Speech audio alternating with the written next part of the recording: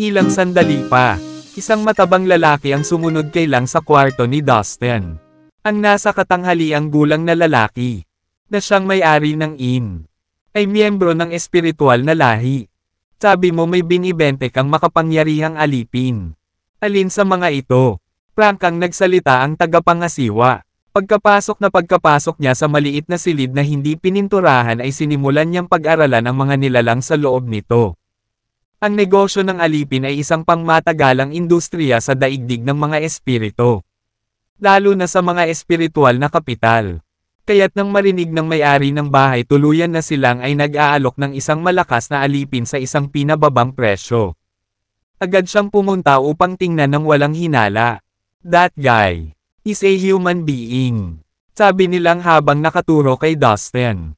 Ha! Siya! Wala akong nakikitang kakaiba sa taong ito. Lumakad pasulong ang lalaking nasa katanghaliang gulang upang suriing mabuti si Dustin.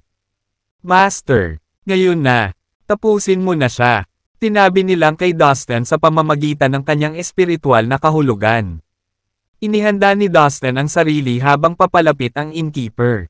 Nang nasa haba na siya ng braso. Tinuntok ni Dustin ang sikmura ng medyo may edad na. Natigilan ang lalaki. At agad na nabasag sa malakas na hampas ni Dustin. Nai-set up na ng Heavenly Majestic Pot ang track hiding array sa silid upang maitago ang nangyayari sa loob. Bukod dito, inilunsad ng gnome ang space isolating skill upang maiwasang makarinig ng anumang ingay ang ibang tao sa labas ng silid. Kaya naman, hanggat mabilis nilang pinaamo ang espiritu ng innkeeper, tiyak na walang makakapansin sa kanila. Habang pinapaamo siya, isang kulay abong figure ang biglang lumabas sa kanyang laman. Naghuhukay ka ng sarili mong libingan. Mabangis na umuungal ang madilim na anino. Isang napakalaking lakas ng espiritual na kaluluwa ang bumulwak mula sa kanyang katawan sa sandaling tumigil siya sa pagsasalita.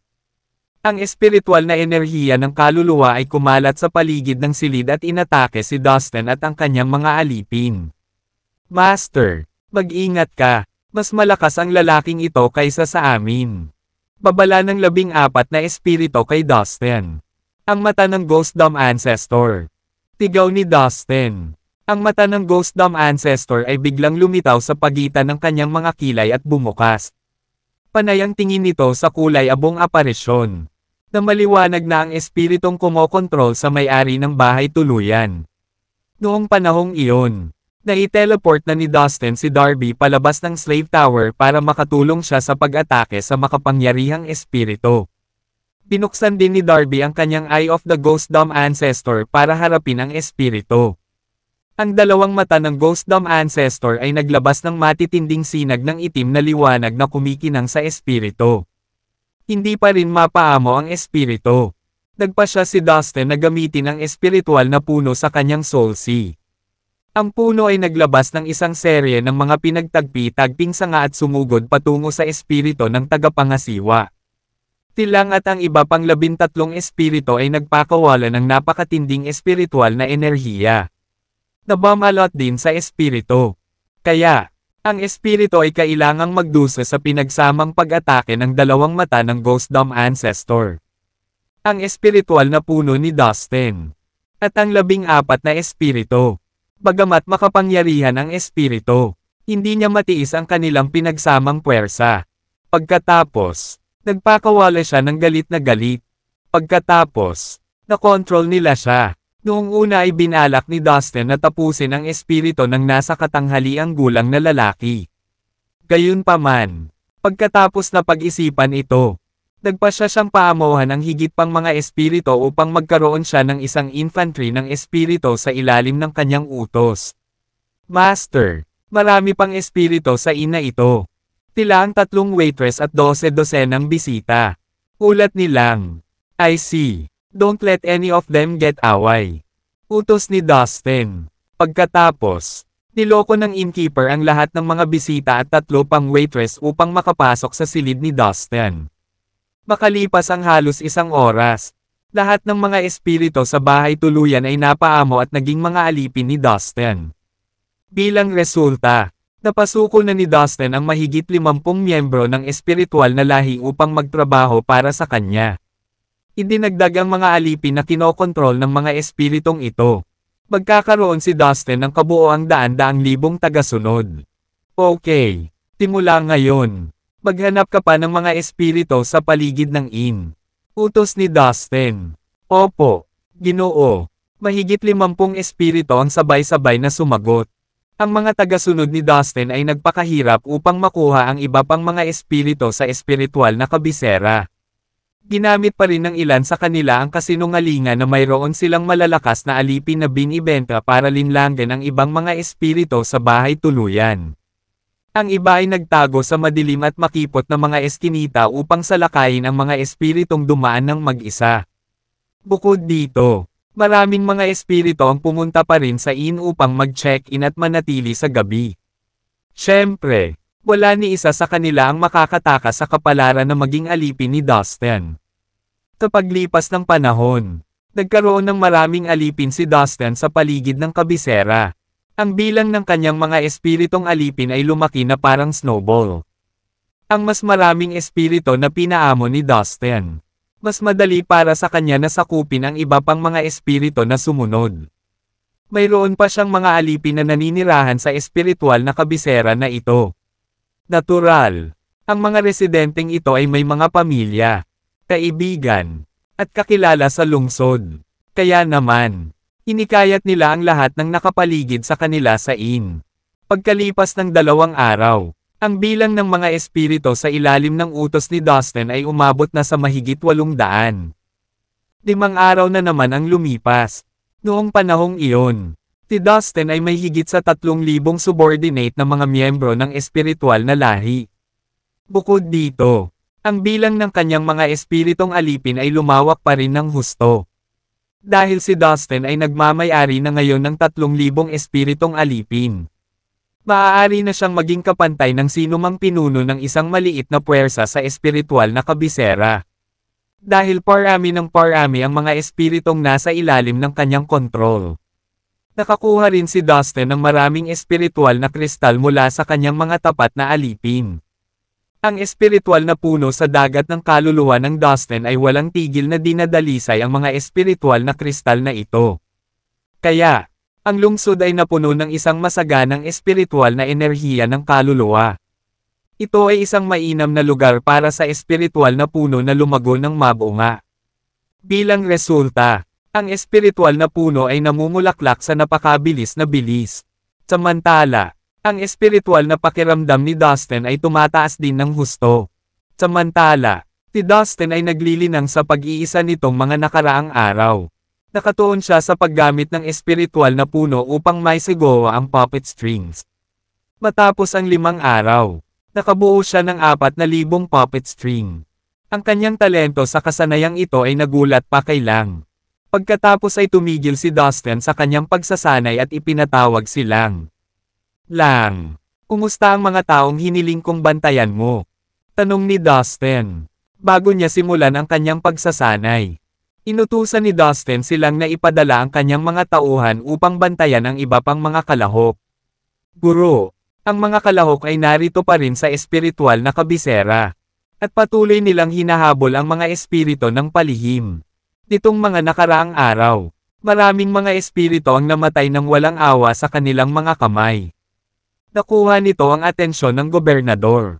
Ang hiniling na ng gobernador sa kanyang mga tauhan na imbestigahan ang mga nawawalang espirito. Sagot ni Lang, ang gobernador ang pinakamakapangyarihang espirito sa espiritual na kabisera. Siya rin daw ang paboritong anak ng isang aristokrata. Nandito rin sila para sa pagsubok. At ang tanging paraan upang maipasa ito ay ang pumatay ng mga espirito. Kaya hindi nakakagulat na pumasok sila sa lungsod upang pumatay ng mga espirito. Tugon ni Dustin, Master, nalaman ko rin na ang ilan sa mga kalahok na ito ay nagmamasid sa underground area sa lungsod. Dagdag ni Lang, sigurado ka ba? Posible bang hinahabol nila ang sisidlan ng espiritual na kristal sa lungsod? Gulat na bulalas ni Dustin. Malamang, mukhang hindi lang tayo ang interesado sa sisidlan ng espiritual na kristal dito. Ang mga pangunahing puwersa ay nakatutok din dito. Magiging kawili-wili ang mga bagay-bagay. Ngayon, sabi ng Heavenly Majestic Pot na may nasa sabik ng ngiti. Parang ito nga. Tumango si Dustin. Hindi ito nakakagulat. Pagkatapos ng lahat, ang sisidlan ng espiritual na kristal sa ilalim ng espiritual na espiritu. Ang kapital ay isang mahusay na mapagkukunan. Tapat na mahusay para sa sino man na magnanais nito. Ito ay malinaw na ang isang malaking sisidlan na tulad nito ay naglalaman ng hindi mabilang na mga espiritual na kristal. Dahil sa bentahe ng kristal na ito sa espiritual na kahulugan ng paglilinang ng kapangyarihan. Ang mga tao ay namamatay na maglagay ng maraming bagay sa kanilang bulsa.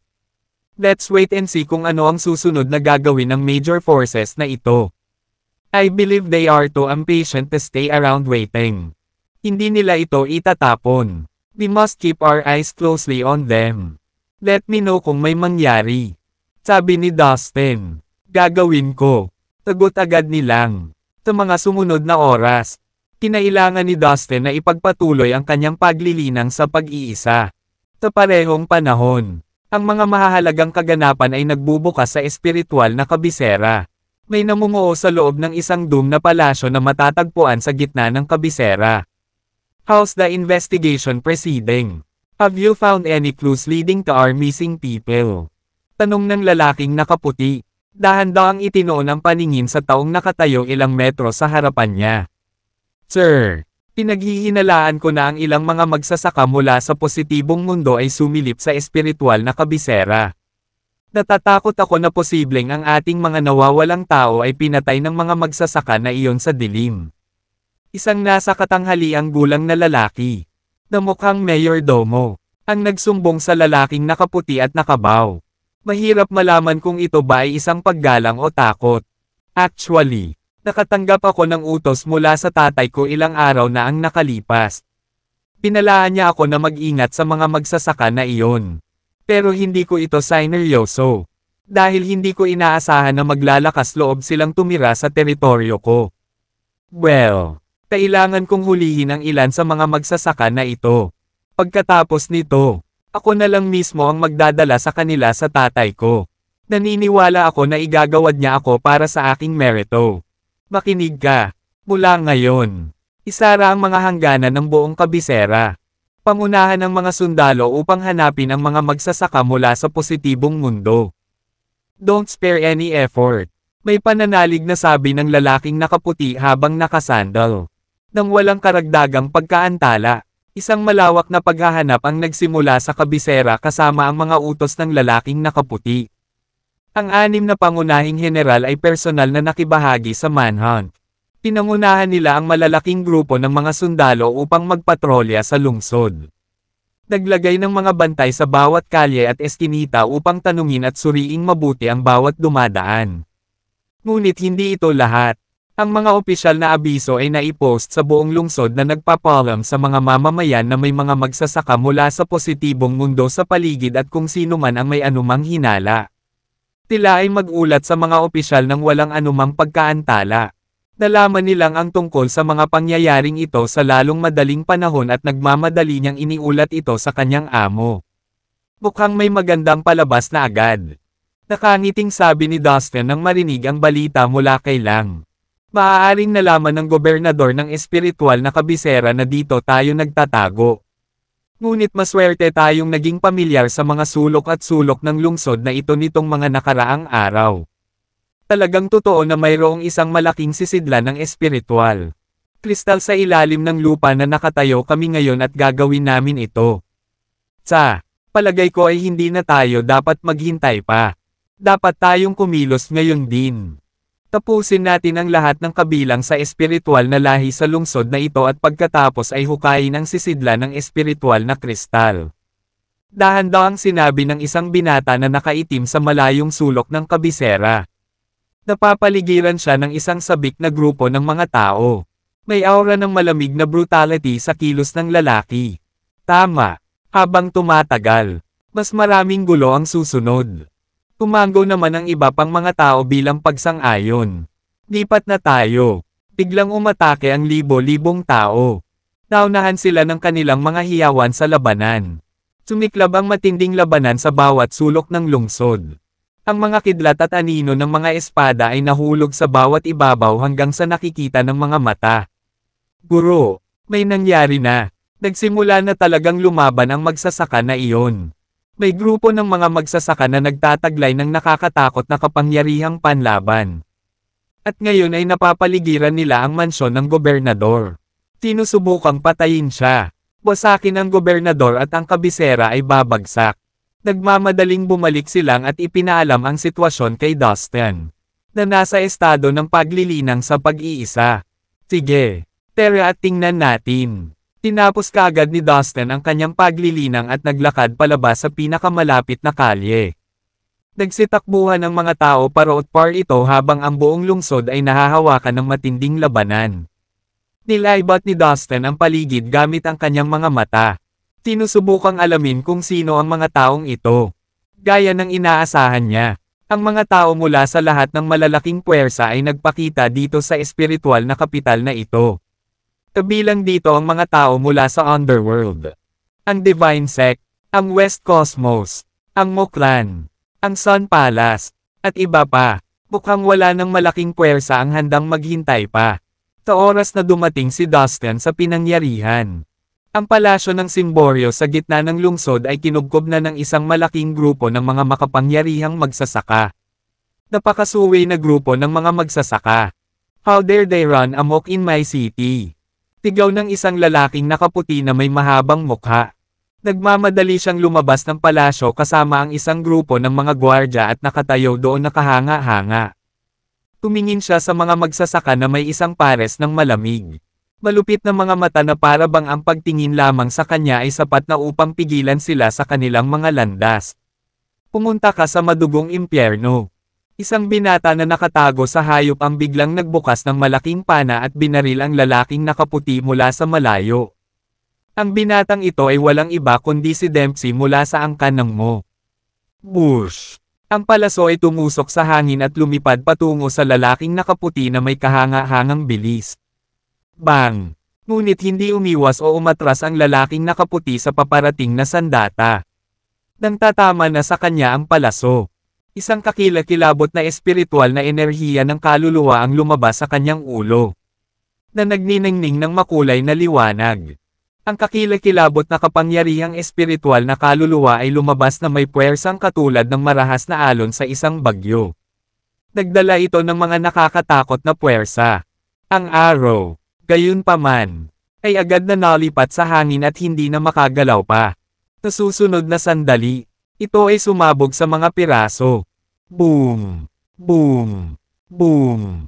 Ang patuloy na espiritual na kapangyarihan ng kaluluwa ay umapaw mula sa ulo ng lalaki. Na parang walang katapusan. Bigla-bigla, maraming magsasaka na nagpunta rito na may determinasyong sirain ang gobernador ay nahulog sa lupa na parang paralisado. Ang kapangyarihang espiritual na kaluluwa na ibinubuga mula sa lalaking nakaputi ay napakalaki. Nang hawakan nito ang mga magsasaka, naramdaman nila na para silang nakatayo ng harapan sa isang dambuhalang halimaw. Napakaliit nila para labanan ito. Masyadong mabigat ang espiritual na kahulugan ng lalaking iyon. Maging si Dustin ay nagulat sa nasaksihan nito. Masasabi niyang mas malakas ang espiritual na kapangyarihan ng gobernador kaysa sa kanya. Guro, ang gobernador ng lungsod na ito ay anak ng isang aristokrata. Siya ay maingat na nilinang ng kanyang pamilya mula pagkabata. Siya ay hindi kailanman nagkukulang ng anumang mga kayamanan at mga mapagkukunan ng paglilinang. Anumang mahahalagang materyales o advanced na espiritual na kristal. Maaari niyang makuha ito, hanggat gusto niya, pagkatapos ng mga taon ng pagpapakain. Ang kanyang espiritual na kapangyarihan ng kaluluwa ay mas makapangyarihan kaysa sa sinumang ordinaryong miyembro ng espiritual na lahi. Ang isang tulad ko ay hindi mas mahusay kaysa sa isang maliit na langgam kapag humarap sa kanya. Pangalawa, para wakasan niya ang buhay ko. Bulong nilang kay Dustin sa kanyang tenga. Nakita ko na. Tumango si Dustin bilang pagsang-ayon. Kung tungkol sa kapasidad, malamang na pumasok silang sa pinakailalim ng espiritual na karera. Pagkatapos ay napagtanto ni Dustin na matagumpay niyang masupol silang at gawin siyang sub niya. Lahat dahil silang ay walang iba kundi isang mahina sa kanyang uri. Hindi magiging ganoon kadali para kay Dustin na kunin siya sa ilalim ng kanyang sariling kontrol kung silang ay isang malakas na master. Mag-ingat, ang espiritual na kahulugan ng lalaking ito ay lampas sa ating imahinasyon. Magsama-sama tayo at patayin siya. Nagpa siya ang mga magsasaka na iyon na maglunsad ng isa pang pag-atake. Sa kabila ng pagkabigla na naranasan nila ilang sandali lamang. Harangin ko siya sa harapan. Si Pierce, ang henyo ng lahi ng Tombay, ay humakbang pasulong. Bumukas ng husto ang Eye of the Ghost Dom Ancestor sa pagitan ng kanyang mga kilay. At lumabas ang makapal na itim na liwanag. Kasabay ng itim na liwanag. Ang mga madilim na ron ay bumangon at binalot ang lalaking nakaputi. Galing ka sa lahi ng Tombay. Oh, narinig ko ang tungkol sa lahi mo. Tingnan ko kung paano gumagana ang Eye of the Ghost Dom Ancestor mo. Nakangiting sabi ng lalaking nakaputi, na may walang laman ng ngiti sa kanyang mukha. Ibinuka niya ang kanyang bibig at iniluwa ang isang madilim na pulang lambat. Na lumaki sa hangin at bumalot kay Pierce. Guro. Ang lambat na itinapon ng lalaki ay isang mahiwagang sandata ng ating lahi. Na tinatawag na Soul Subduong Net. Tanging ang mga nangungunang masters ng ating lahi ang makakapagpino nito at ang kapangyarihan nito ay napakaganda. Nakipag-usap silang kay Dustin sa pamamagitan ng kanyang espiritual na kahulugan. Lipat na tayo. Pumunta at tapusin ang lahat ng mga nanghihimasok na ito. Galit na sigaw ng lalaking nakaputi. Parang tapos na siyang maglaro. Sa likuran niya, isang malaking bilang ng mga gwardya ang sumugod upang salakayin ang mga magsasaka mula sa positibong mundo. Marami na sila, ngunit ang mga gwardya ay patuloy na nagmamadaling lumabas. Ang lahat ng mga taong ito ay kabilang sa espiritual na lahi. Lahat sila ay nagkaroon din ng malakas na kapangyarihan sa pakikipaglaban. Maaari nilang ipatawag ang lahat ng uri ng makapangyarihang espiritual na pag-atake ng kaluluwa. Sa isang sandali, ang dalawang panig ay nakakulong sa matinding labanan. Master, ano ang dapat nating gawin? Humingi ng payo silang kay Dustin. Hayaan mo silang mag-away. Pero mag-mining tayo. Pagkatapos ay palihim na umalis si Dustin sa sentro ng lungsod kasama silang. Malayo sa patuloy na labanan. Palihim na inilabas ni Dustin ang lahat ng kanyang mga kasama sa espiritual na kabisera at nagtago sa malapit na kakahuyan. Naminggalinga siya sa paligid upang pagmasdan ang lupain ng espiritual na kabisera ng ilang sandali bago suriin ang espasyo sa ilalim ng lungsod gamit ang kanyang espiritual na kahulugan. Matapos mamaster ang Earth Formula at ang sect skill ng Red Demonic Mouse, madalas siyang naglalakbay sa ilalim ng lupa. Higit pa rito, mayroon na ngayong mas malalim na pag-unawa si Dustin sa mga batas ng kalikasan dahil mas mataas ang kanyang cultivation base kaysa dati. Kaya, naging eksperto siya sa paglalakbay sa ilalim ng lupa. Ilang sandali lang ay nadiskubre niya ang lokasyon ng sisidlan ng espiritual na kristal. Maglalakbay tayo sa ilalim ng lupa mula rito. Anunsyo ni Dustin. Sa pamamagitan ng isang kumpas ng kanyang kamay. Inilipat niya ang lahat ng kanyang mga tao sa slave tower. Bago siya lumubog sa lupa. Bush! Si Dustin ay naging isang sinag ng pulang ilaw. Na humahanggos patungo sa lugar sa ibaba ng gitna ng espiritual na kabisera. Maya-maya pa ay nakarating na siya sa kanyang destinasyon. Pero pagdating niya doon, natigilan siya. Laking gulat ni Dustin. Walang palatandaan ng anumang sasakyang dagat. Kahit na ang lugar ay marami sa earth energy. Nang makita niya ito, bahagyang nadismaya siya. Ini-teleport niya silang palabas ng slave tower gamit ang kanyang isip. Hindi mo ba sinabi na mayroong isang malaking sisidlan ng espiritual na kristal sa ilalim ng bawat espiritual na kapital? Bakit walang anumang bagay dito? Tanong ni Dustin sa kanya. Kakaiba, dapat dito. Hinanap nilang ang lahat ng lugar sa malapit at wala siyang nakita. Siya ay naguguluhan. Guro, hindi ako nagsinungaling sa iyo. Dapat ay mayroong isang malaking sisidlan ng espiritual na kristal sa ilalim ng bawat espiritual na kapital. Ito ay isang bukas na lihim sa ating lahi. Ngunit hindi ko ito maintindihan. Bakit wala dito? Ito ay kakaiba. Ungol nilang sa pagkadismaya. Kaya may mali sa lugar na ito. Bulong ni Dustin. Na sinasagot silang sa kanyang sinabi. Dahil kontrolado niya silang gamit ang puppet strings. Sigurado siyang tapat siya at nagsasabi ng totoo. Hindi magagawang magsinungaling nilang sa kanya. Tinimula ni Dustin na hanapin ang lugar sa ilalim ng espiritual na kabisera gamit ang kanyang makapangyarihang espiritual na kahulugan. Bukod kay Lang, nag-teleport din siya ng malaking bilang ng mga espiritu at inutusan silang tulungan siyang hanapin ang sisidlan ng espiritual na kristal. Ngunit pagkaraan ng ilang sandali, napatunayang walang saysay pa rin ang kanilang paghahanap. Nang si Dustin ay nagiging desperado. Naramdaman niya ang espiritual na puno sa kanyang soul sea na pinakawalan ang espiritual na kahulugan nito at itinuro ito sa lugar sa kanyang harapan. Dahil sa kasabikan ay agad siyang tumakbo patungo sa lugar na iyon. Habang papalapit siya sa lugar, nagbugay ito ng nakakasilaw na puting liwanag na nagpapaliwanag sa buong underground area. Kumalat ang puting liwanag na parang tubig. Biglang umalangaw-ngaw ang ungol kung saan nagmumula ang liwanag.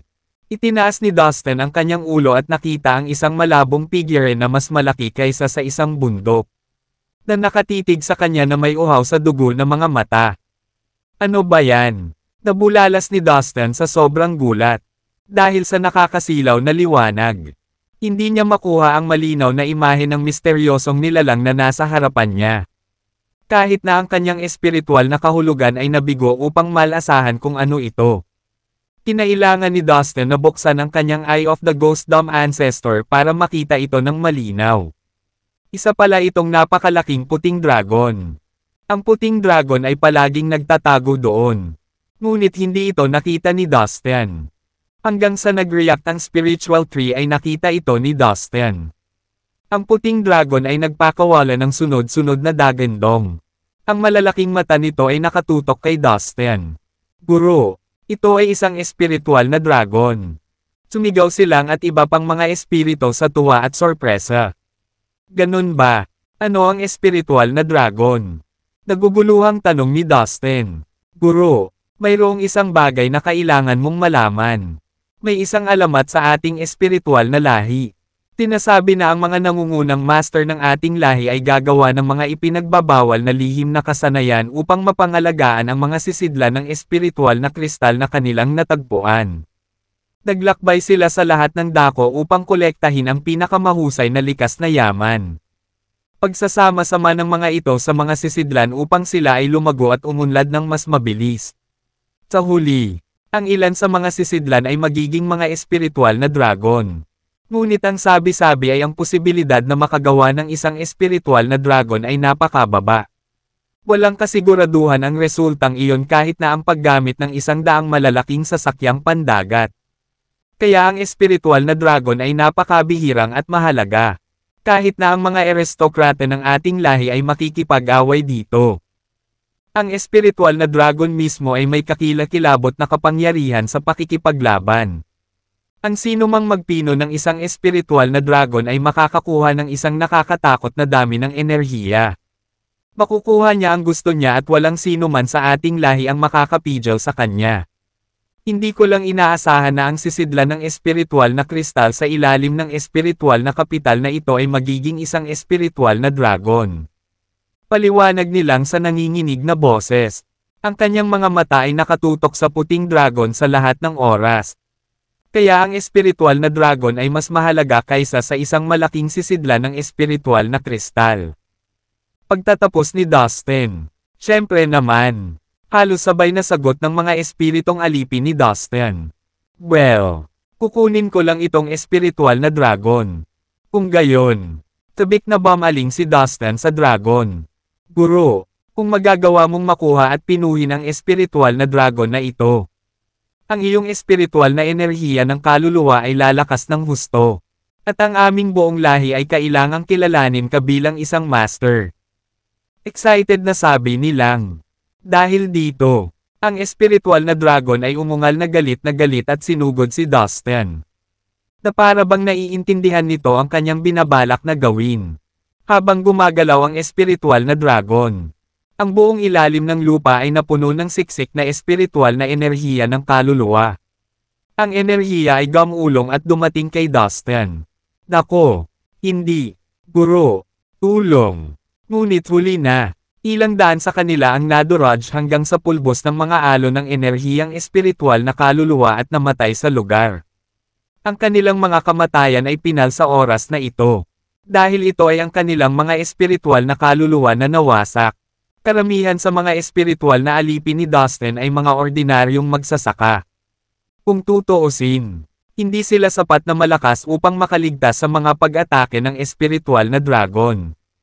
Mayroon itong nakakatakot na espiritual na enerhiya ng kaluluwa. Sabi ni Dustin nang may pagkamangha. Tinamaan ng napakalaking kapangyarihan ng dragon.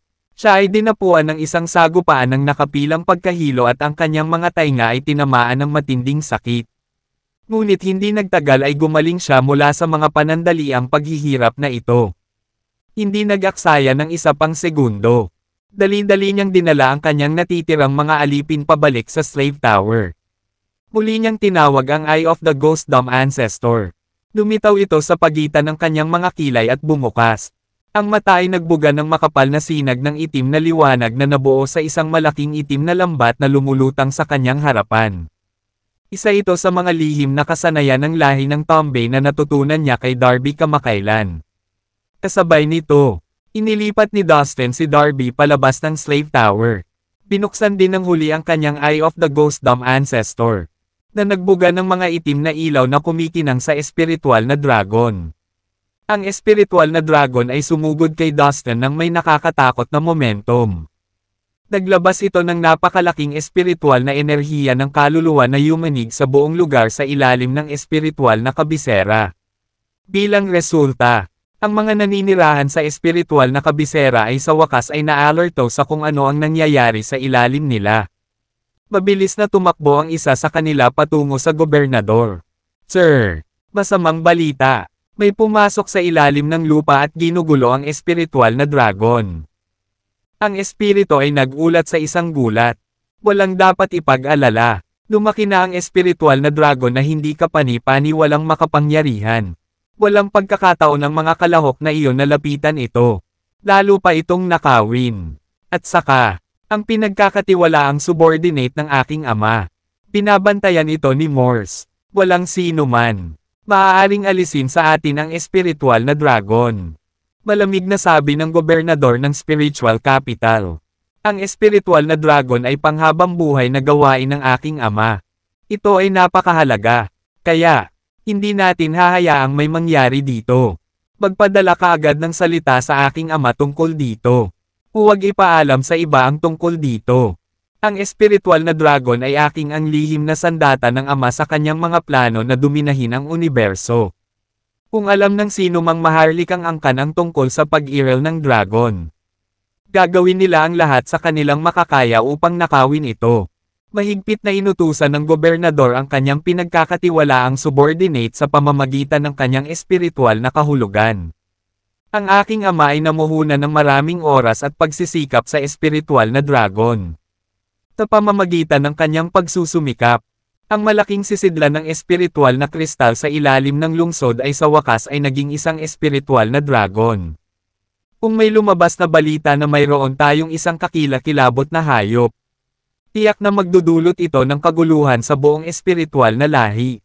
Pagkatapos ng lahat, ang posibilidad na matagumpay na linangin ang isang espiritual na dragon ay napakababa. Sa makatuwid, ito ay isang napakabihirang nilalang. Itong dragon ang tanging pag-asa natin. Hindi ko hahayaang kunin ito ng sinuman. Naisip ng gobernador. Agad na umalis ang kanyang alipor sa larangan ng digmaan. Sa sobrang bilis, tumakbo siya patungo sa altar at nagpadala ng mensahe sa ama ng gobernador. Sir, mayroon bang kalahok na nagtangkang pumasok at nakawin ang espiritual na dragon? Sa pamamagitan ng kanyang espiritual na kahulugan. Tinanong ng gobernador si Morse kung sino ang nasa ilalim ng lupa. Ang isang kalahok ay sumusubok na makalusot sa underworld. Ngunit nagagawa kong tapusin siya ng wala oras. Makatitiyak ka na maayos ang lahat. Young Master. Hindi niya alam kung sino ang kinakaharap niya. Postahan ako na hindi niya kayang tiisin ang kapangyarihan ng espiritual na dragon. Itong walang tao ay naghuhukay ng sarili niyang libingan. Tagot ng isang figurang nagtatago sa dilim sa ilalim ng espiritual na kapital. Iyan ay magandang pakinggan. Alagaan mo ang espiritual na dragon. Nabuhayan ng loob ang gobernador nang marinig ang update ni Morse. Humph! Dapat mamatay kayong lahat ng mga bastos. Deklare ng gobernador habang nanlilisik ang kanyang malamig na mga mata sa mga kalahok sa kanyang paligid. Sandaling umalis ang mga salitang iyon sa kanyang mga labi. Isang napakalaking halaga ng espiritual na enerhiya ng kaluluwa ang lumitaw mula sa kanyang ulo. Ang enerhiya ay bumuo ng mga alon na daan-daang libong talampakan ang taas. At agad na nilamon ang mga kalahok malapit sa gobernador. Bukod dito, naglabas siya ng daan-daang libong kadena na may bahid ng dugo mula sa kanyang katawan. Ang ilang mga kalahok ay nabigong makaiwas sa mga papasok na kadena. At agad na sumabog sa mga piraso.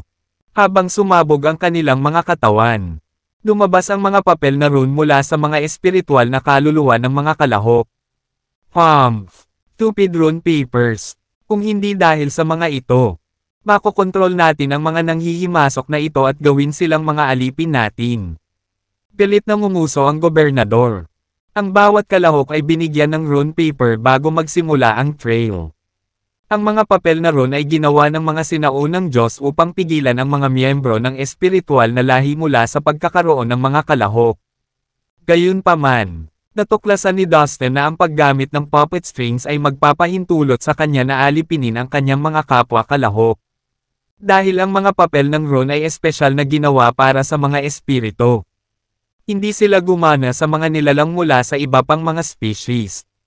Ang mga espiritual na enerhiya ng kaluluwa ng mga alipin ni Dustin mula sa espiritual na lahi ay pag-aari ni Dustin.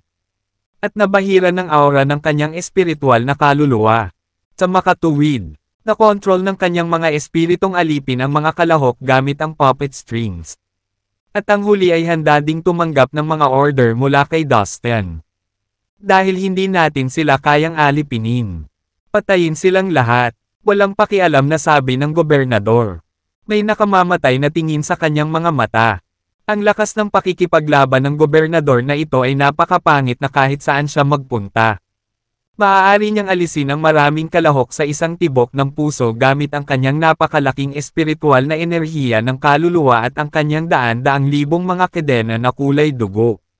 Maging ang mga batang mahuhusay na nilalang mula sa pinakamalakas na puwersa ng iba't ibang universo at mga immortal sa lupa ay napilitang umatras kapag nahaharap sa kanyang mga pag-atake. Marami sa kanila ang namatay sa kanyang mga kamay. Lahat. Mag-focus at alisin mo muna ang lalaking ito. Tigaw ni Dempsey ng muklan sa iba pang kalahok. Nagpaputok siya ng mga high-speed arrow sa di kalayuan. Ang mga palaso ay tumago sa kalangitan at nagpaulan sa gobernador. Pagkatapos, sumunod si Prince Camo mula sa underworld. Nagpatawag siya ng itim na kabaong at itinuro ito sa gobernador. Ang kahalili ng Divine Sect ay inihagis din ang kanyang gintong halberd na nagliwanag ng gintong liwanag sa gobernador mula sa ibang direksyon. Pagkatapos, ang iba pang mga bihasang kabataang lalaki mula sa mga piling puwersa ng iba't ibang universo at ang iba pang mga immortal sa mundo ay nagsimulang maglunsad ng mga pag-atake sa gobernador ng espiritual na kabisera. Napabalikwas ang gobernador at tumawa ng malakas. Good. Halika dito at salubungin ang iyong kapahamakan. Tigaw niya sa mga magsasaka. Pagkatapos, ibinuka niya ang kanyang malaking bibig at mabilis na bumulwak ang 12-dosenang pulang lambat. Tila ay mga soul-subduang nets na may nakamamatay na mga kagat. Sa isang kisap mata, nilapitan ng mga lambat ang lahat ng kalahok. Ang isang grupo ng mga masters na nagtrabaho para sa gobernador ay pumaligid sa gobernador at nakipaglaban sa mga malalakas na kalahok sa tabi niya. Ang labanan ay sumiklab sa base ng mga pader at sa kahabaan ng mga kalsada.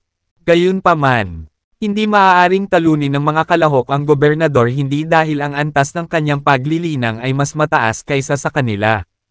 Ngunit dahil ang batas na nangingibabaw sa sansinukob na ito ay ang espiritual na batas, na pangunahing nagpoprotekta sa mga miyembro ng espiritual na lahi. Bukod dito, Lubos nitong pinahina ang lakas ng mga kalahok. Kung ganoon, ang mga magsasaka ay maaari lamang gumamit ng hindi hihigit sa 30 hanggang 40% ng kanilang mga kapangyarihan. Kung sila ay nasa ibang mundo, sino man sa mga bata at makikinang na magsasaka ay maaaring talunin ang gobernador leeg at leeg.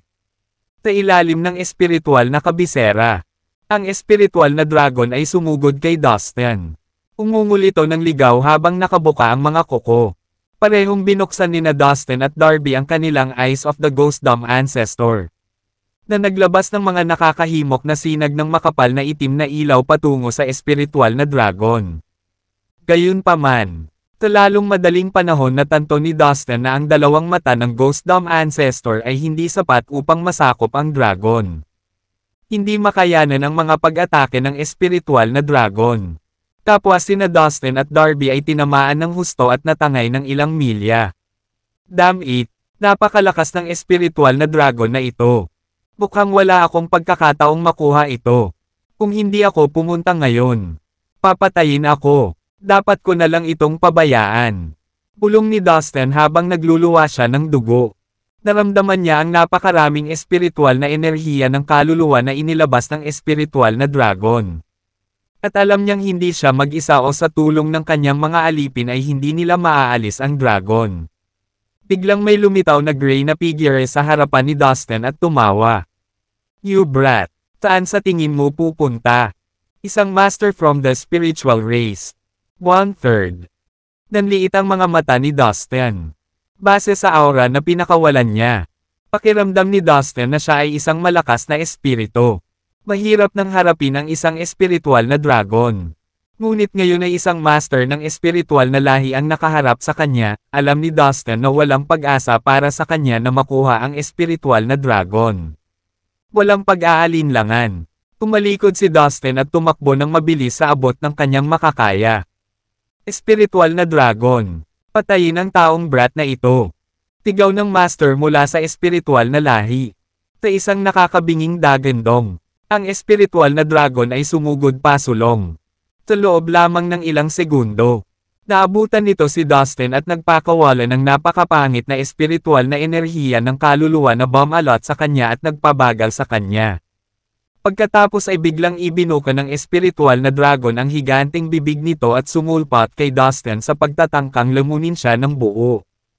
Lagot ako, napaisip si Dustin. Natakot at nadidismaya, habang siya ay nagbibitiw sa kanyang kapalaran. Ang espiritual na puno sa kanyang soul sea ay marahas na nanginginig at tumakbo palabas sa kanyang ulo. Naguguluhang tinitigan ni Dustin ang espiritual na puno. Habang tinatitigan niya ito, ang puno ay sumugod patungo sa espiritual na dragon. At itinutok ang mga ugat nito patungo sa ulo ng napakalaking halimaw. Nang makita ng espiritual na dragon ang espiritual na puno, ito ay nataranta noong una. Ngunit pagkatapos, naging masunurin ito sa isang iglap. Ang master mula sa espiritual na lahi ay nabigla sa paningin ng espiritual na puno. Paano ito magiging posible? Hindi ako makapaniwala na ito ay ang espiritual na puno. Ang banal na puno ng ating espiritual na lahi. Ito ay hindi mabuti. Sinasabi ng alamat na ang espiritual na puno ay nabighani ng espiritual na dragon. At kusang loob nitong hahatulan ito sa pagkaalipin. Tigaw niya sa gulat. Ang sumunod na ginawa ng espiritual na dragon ay nagpapatunay lamang sa sinabi ng Panginoon ng espiritual na lahi na totoo. Ang dragon ay medyo mahilig sa espiritual na puno, at iginagalang ito ng malalim. Hindi nito naiwasan ang mga ugat na dumarating dito. Sa kabaligtaran, tinanggap sila nito, at binigyan sila ng akses sa isip nito. Nag-ugat ang espiritual na puno sa ulo ng dragon. At mula sa malayo, nakuha ng isang nagmamasid ang ilusyon na ang puno at dragon ay iisang nilalang. Ito ay kamangha-manghang. Natuwa si Dustin sa biglaang pangyayari. Naramdaman niya kanina habang unti-unting nawawala ng gana ang espiritual na dragon na lumaban. Ito ay malinaw na pinaamo ng espiritual na puno. Mukhang ang punong ito ay maraming gamit na hindi ko pa alam. Hindi nakakagulat na ito ay itinuturing na banal na puno ng kanilang espiritual na lahi. Nagawa nitong supilan ang dragon sa isang tibok ng puso. Damyu. Ito ay ang master mula sa espiritual na lahi. At siya ay nagtuturo ng kanyang mga sumpa kay Dustin. Hoy! Anak ng tao! Ang espiritual na dragon na ito ay pribadong pag-aari ng aking Panginoon. Na isang kilalang aristokrata. Ipinapayo ko sa iyo na huwag mo nang isipin na makipaglokohan sa kanya. Isuko mo sa akin ang halimaw na iyon. Iyan din ang espiritual na puno. Alam mo, napakahusay na ito ay itinuturing na banal ng aking lahi. Ikaw ay walang iba kundi isang tagalabas lamang. Wala kang karapatang angkinan ito para sa iyong sarili. Anong sinabi mo? Tumawa ng hindi makapaniwala si Dustin. Ikaw ay humihingi hindi lamang para sa espiritual na dragon, kundi para sa aking espiritual na puno rin. Nasaraan ka na ba ng isip? You human bastard! Gusto mo bang mamatay ng ganoon kalala? Galit na sigaw ng master. Challenge para sa Dustin sa buong bilis. Naglalabas ng napakalaking halaga ng espiritual na kaluluwa enerhiya habang siya ay pumunta. Habang papalapit siya, tinalakay si Dustin ng parang dinudurog siya ng ilang bakal mula sa lahat ng direksyon. Medyo natakot siya dito. Bush! Bush! Bush! Ang mga pulang-pula na lubad. Bawat isa ay kasing kapal ng karaniwang braso ng tao. Ay kumari pa mula sa likod ng ulo ng master at lumundag patungo sa Dustin. Mayroong 12-dosenang mga ito. At sila ay lumapit sa kanya ng may mabilis na katumpakan. Ang master mula sa espiritual na lahi ay gumagamit ng puppet strings technique. Siya ay sanay din dito. Dahil ang mga hindi kapani-paniwala sa pag-ataking ito ay maaaring lumikha ng napakaraming makapal at makapangyarihang mga string sa anumang oras. Napagtanto din ito ni Dustin. Ang master na ito ay hindi isang madaling kalaban na talunin. Kung ikukumpara sa kanya, ang mga tao mula sa espiritual na lahi na kahit papaano ay inalipin ni Dustin ay mas mahina. Sa susunod na sandali, gayunpaman, ang espiritual na puno ay nanginginig mula sa hayop at lumipad patungo sa Dustin.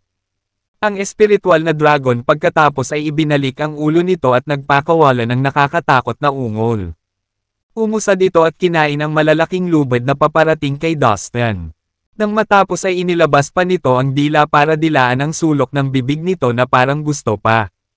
Damn it all! Nagmumura na naman ang amo sa buong lugar. Naigalinang ako sa loob ng napakaraming taon upang maabot ang antas na ito upang makapagpalabas ng isang malakas na pag-atake ng puppet strings. At ang moldite na espiritual na dragon na ito ay pumutok sa aking mga string. Naiinis ako sa iyo. Tumalsik siya na parang masungit na bata.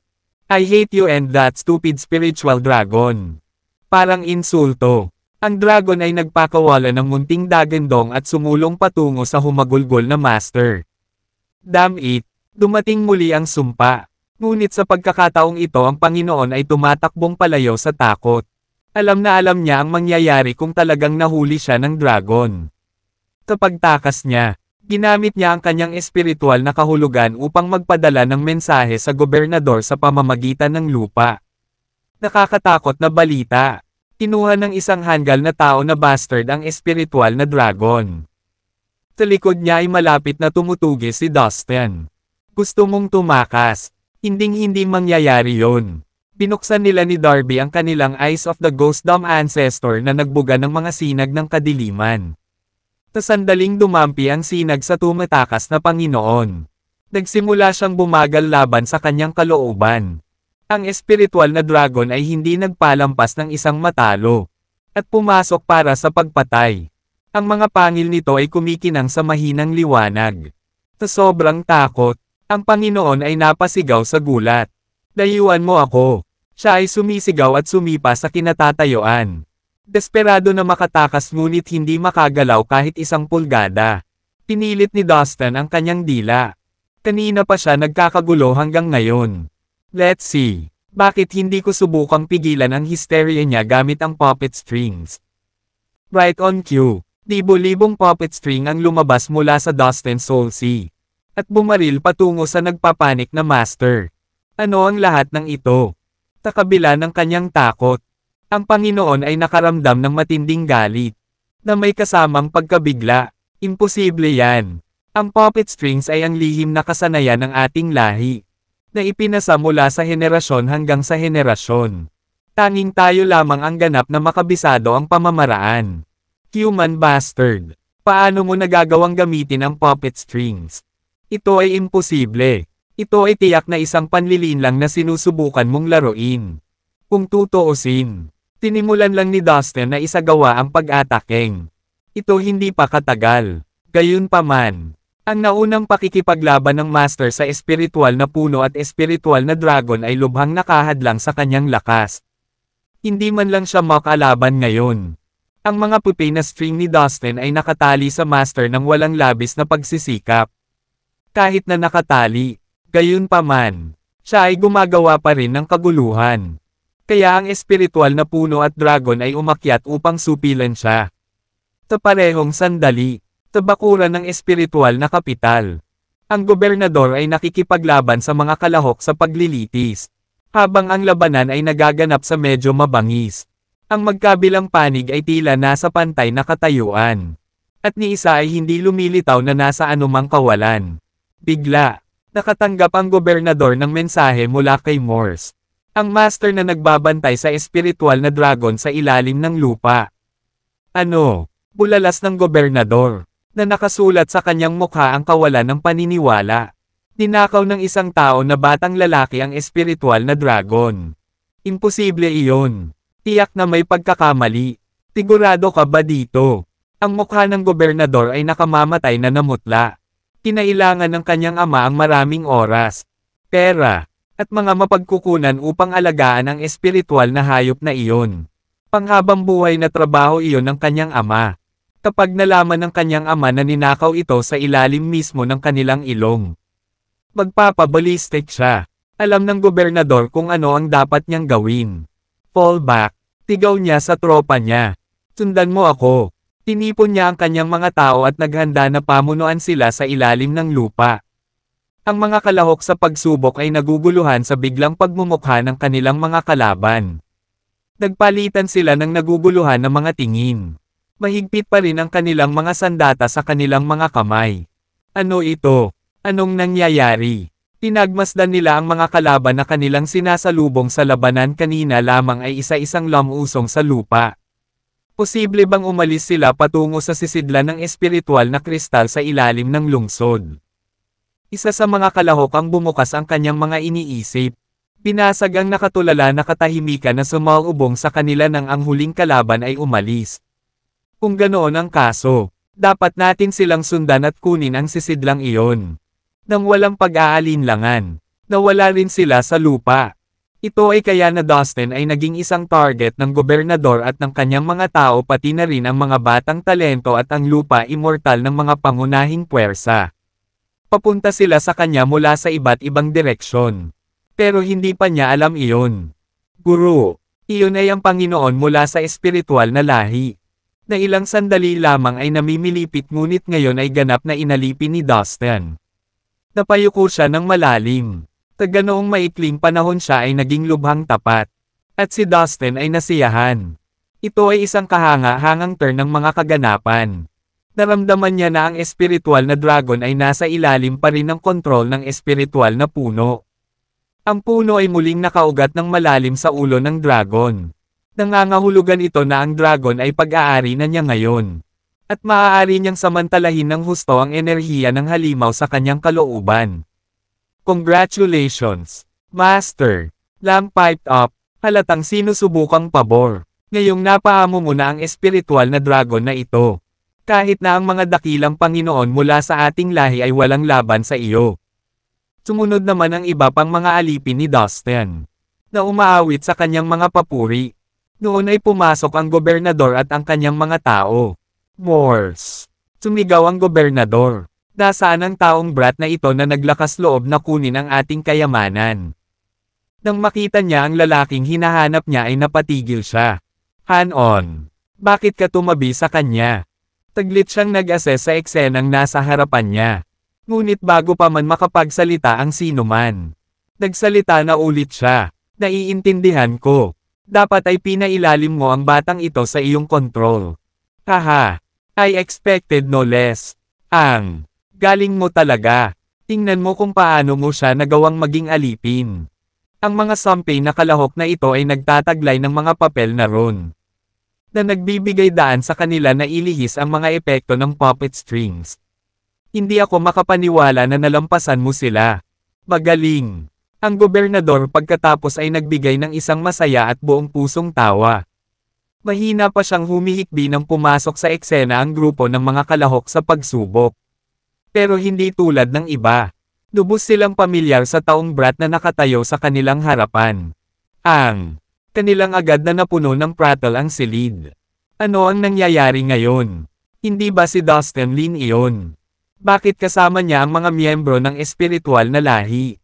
Biglang isa pang malakas na tawa. Itong isang may kasamang mali siya.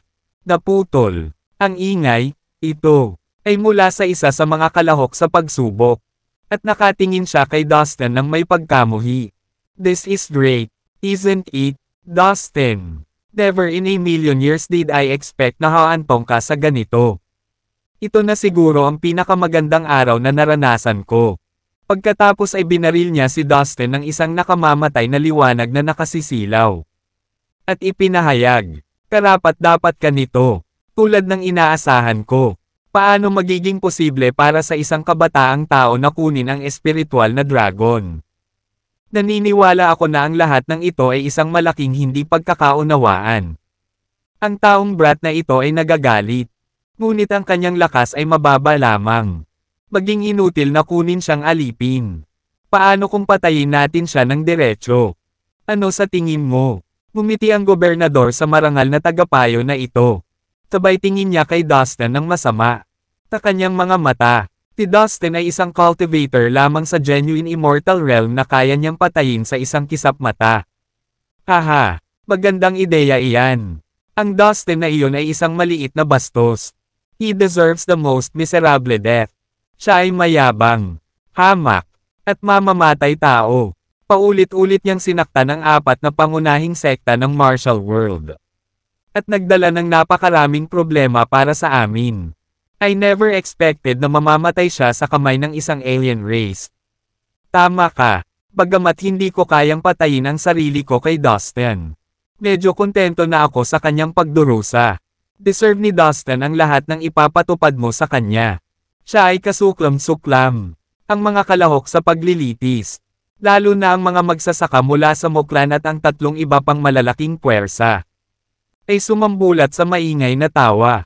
Halos lahat ay naniniwala na si Dustin ay kontrolado ni Morse.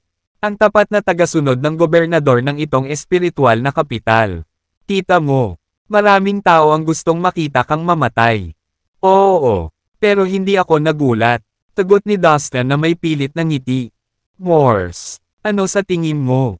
Dapat ba nating patayin ang batang ito? Medyo naiinip na ang gobernador. Pinagkakatiwalaan niya si Morse sa kanyang buhay. At nakinig sa payo ng huli sa lahat ng oras. Kung tutuusin, isa si Morse sa mga dating pinagkatiwalaan ng kanyang ama. Gayunpaman, kahit anong sabihin ng gobernador, tahimik lang na nakatayo si Morse sa tabi ni Dustin. Ibinaba niya ang kanyang mga kamay sa isang magalang na paraan. At nakatitig sa gobernador na walang laman. Walang nakakaalam kung ano ang tumatakbo sa isip niya. Ang mga salita ng gobernador ay ikinagalit ni Dustin. Humisi siya habang nakapikit para mag-concentrate sa energy niya. Pagkatapos, bigla niyang inilunsad ang espiritual na dragon. Sabay-sabay na napuno ng kaawa-awang mga alulong ang espasyo. Ang bawat isa mula sa espiritual na lahi, na parang nakatali at binigkis ng hindi nakikitang mga sinulid, ay hinayla at hinigop sa napakalaking bibig ng espiritual na dragon. Ang makapangyarihang espiritual na kaluluwa na ibinubuga ng espiritual na dragon ay nagpanginig sa lahat ng mga espiritual na nilalang sa takot. Lahat sila ay agad na nagpatira pa sa lupa sa takot. Isang sukdulang salpok mula sa kaibuturan ng kanilang mga kaluluwa ang nag-udyok sa kanila na sumuko sa harap ng napakalaking espiritual na dragon. Ang espiritual na dragon ay dinalisay sa pamamagitan ng isang malaking sisidla ng espiritual na kristal at pinakain ng maraming mahahalagang likas na yaman na angkop para sa paglilinang ng mga espiritual na kaluluwa. Kaya, Ito ay nagtataglay ng napakalaking espiritual na enerhiya ng kaluluwa. Ang lahat ng espiritual na nilalang ay kasing liit ng mga langgam sa harap ng espiritual na dragon sa mga tuntunin ng espiritual na kapangyarihan. Pagkaraan ng ilang sandali, lahat ng espiritual na nilalang sa paligid ng gobernador ay nilamon ng espiritual na dragon. Ang gobernador ay nakatayong mag-isa sa bukid, na walang mga subordinate sa kanyang panig. Napatulala siya, at nakaramdam ng lamig sa kanyang gulugod. Nakakatakot ang dragon na iyon. Lahat ng mga magsasaka sa malapit ay nagulat sa kabangisan ng espiritual na dragon. Nabaluktot ang kanilang mga mukha sa takot at nakabuka ang kanilang mga bibig. Ngayon na ang turn mo. Handa ka na ba? Tiningnan ni Dustin ng masama ang gobernador. Marahas na yumanig ang buong kalawakan mula sa isang dagandong. Itinaas ng espiritual na dragon ang ulo nito at naglabas ng napakalakas na espiritual na enerhiya ng kaluluwa. Pagkatapos, ibinuka nito ang malaking bibig at mabilis na sumugod patungo sa gobernador. Ano? Paano nangyari ito? Ano ang nangyayari dito? Natakot ang gobernador kaya napasigaw siya habang tumatakbo para sa kanyang buhay. Nang makita ang mabangis na espiritual na dragon, alam niya na hindi talaga siya katapat nito. Kaya naman, hindi siya nang ahas na lumaban. Siya gumamit lamang ng kasanayan sa paggalaw ng katawan upang makatakas mula sa nakakatakot na dragon. Gayunpaman, ang espiritual na dragon ay mas mabilis kaysa sa kanya. Pagkatapos ng ilang paghinga, naabutan siya ng espiritual na dragon at kinaladkad siya pabalik gamit ang napakalaking bibig nito. Morse. Paano hinahamon kita? Nakikipagsabuatan ka sa taong bastard na ito para kunin ang pinakamahalagang pag-aari ng aking ama. Tumingin ang gobernador kay Morse na may galit sa kanyang mga mata. Hindi gumalaw ni Morse at nanatili pa rin ang posture na inaakala niya sa simula. Tumayo siya sa gilid ni Dustin. At walang ekspresyon sa mukha. Ipinagpalagay kaagad ng gobernador na pinagtaksilan siya ni Morse. Young Master. Ang espiritual na dragon ay napasuko at napaamo ng aking amo. At ngayon kahit ikaw ay nahulog sa kanyang mga kamay. Manahimik ka na lang at masunurin. Mahal kong batang Panginoon. Awa mo. Ngini siya ni Morse na may malamig na ngiti. Master. Master ang tawag mo sa skaliwag na te. Teka, nasa ilalim ka ba ng kontrol nitong human brat at naging alipin niya? Morse. Hindi. Imposible. Morse, ikaw ay isang mahusay na malakas na master. Paanong magiging alipin ka ng munting mahinang iyon? Hindi makapaniwalang tanong ng gobernador. Haha, malalaman mo na rin sa lalong madaling panahon. Dahil ikaw din ang magiging susunod kong alipin. Isang pilyong ngiti ang isinalubong ni Dustin sa gobernador. Nang makita ng gobernador ang masasamang ngiti ni Dustin, agad niyang naramdaman ang pagkurot ng tiyan nito. How dare you? Ang aking ama ay isang marangal na miyembro ng espiritual na lahi. Sa kanyang utos, wala kang lugar na mapagtataguan sa sansinukob na ito. Pag-isipan mo yan bago ka gumawa ng anuman sa akin. Tigaw ng gobernador kay Dustin. Nagkunwari siyang kalmado, pero baka sa mukha niya ang desperasyon at gulat. Oh, really? Well, then let's give it a try. Gusto ko talagang malaman kung ano ang pagdurusa ko kapag kinuha kita bilang alipin. Kunin mo siya. Utos ni Dustin kay Morse na may senadoryos. Young Master, relax ka lang. Pwede nating pagsilbihan ang bago nating master together. Ngumisi si Morse sa gobernador. Hindi. Kung gagawin mo ito sa akin, hinding-hindi ka mapapatawad ng tatay ko. Puputukin ka niya.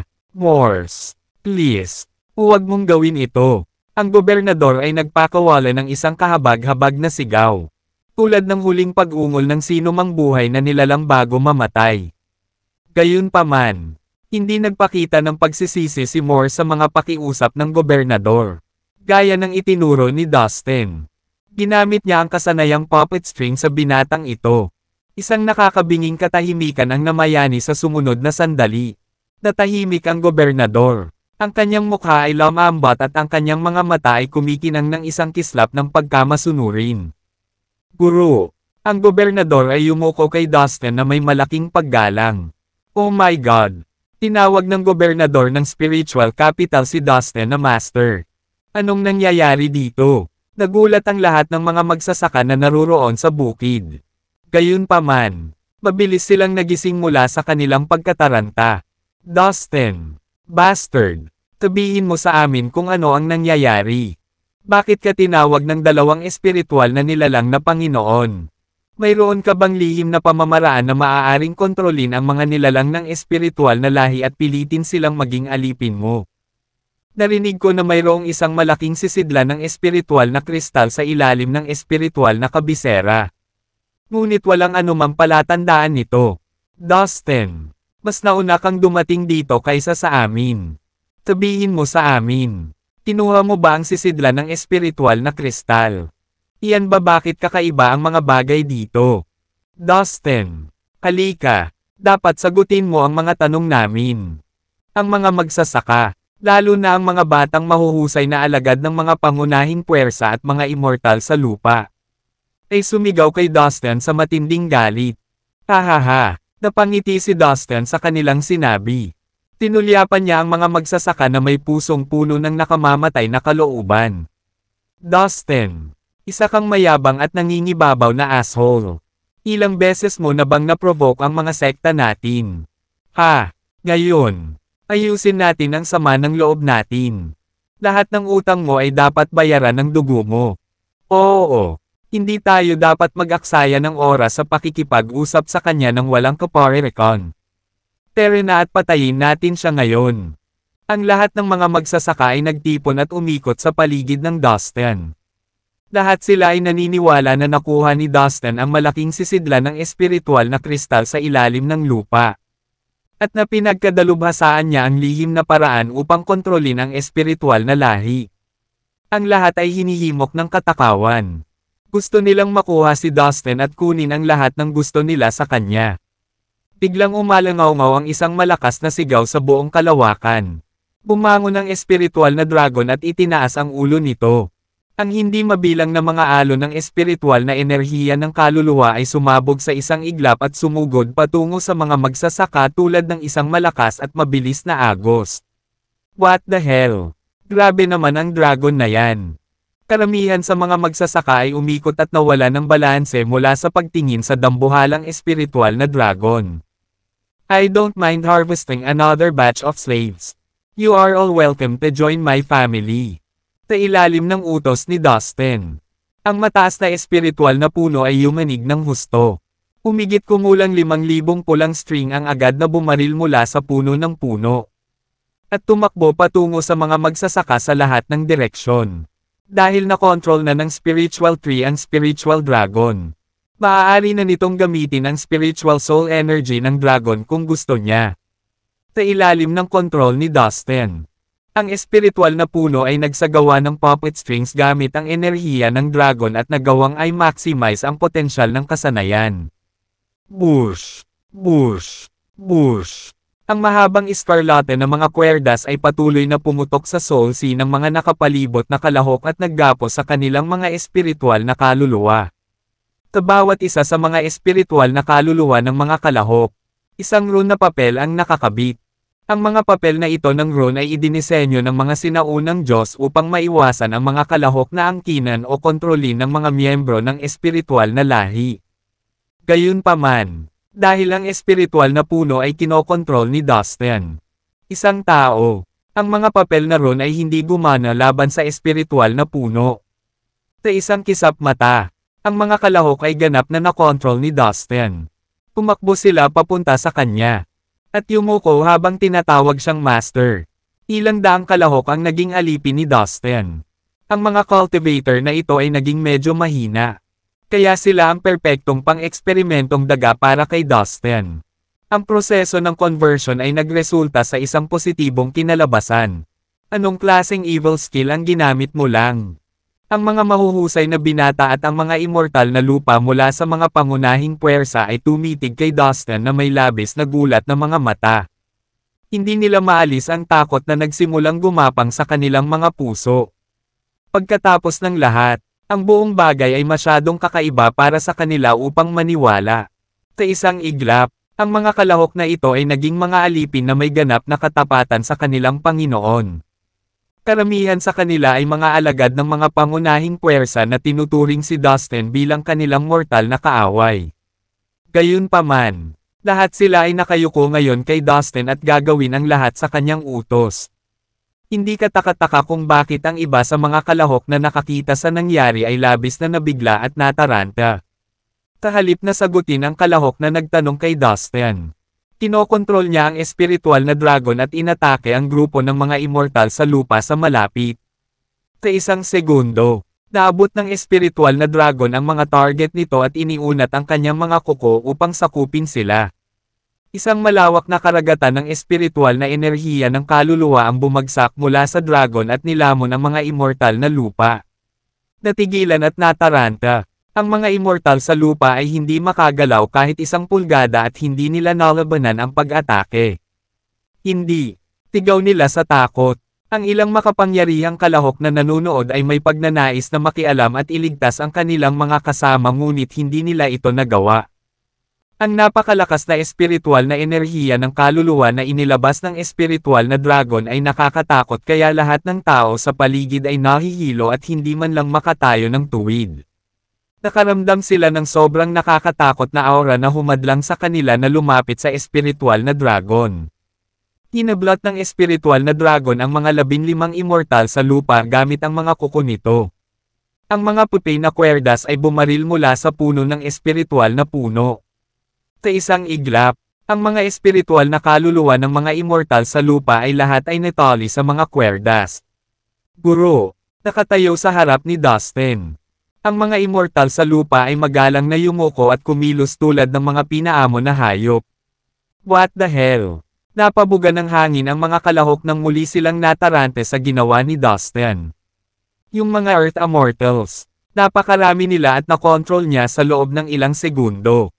Ang eksena ay nagulat sa lahat ng mga kalahok kabilang ang mga mahuhusay na magsasaka at ang iba pang mga immortal sa lupa mula sa mga nangungunang sekta na sapat na maswerte upang mabuhay at makaiwas sa pag-atake ng espiritual na dragon. Sa ilalim ng kontrol ni Dustin, muling kumilos ang espiritual na dragon at sumugod sa mga nalilitong kalahok. Puntahan mo ang mga kalahok na ito at magmadali tungkol dito. Utos ni Dustin kay Morse. Alam na isang makapangyarihang aristokrato mula sa espiritual na lahi ang papunta doon. Nagpasya siyang gawing alipin ang iba pang kalahok sa lalong madaling panahon. Opo, Ginoo. Agad namang sumagot si Morse. Mabilis siyang sumugod at pilit na tinamaan ng palad ang isa sa mga immortal na lupa. Ang Earth Immortal ay nasugatan ng husto at nakontrol kaagad.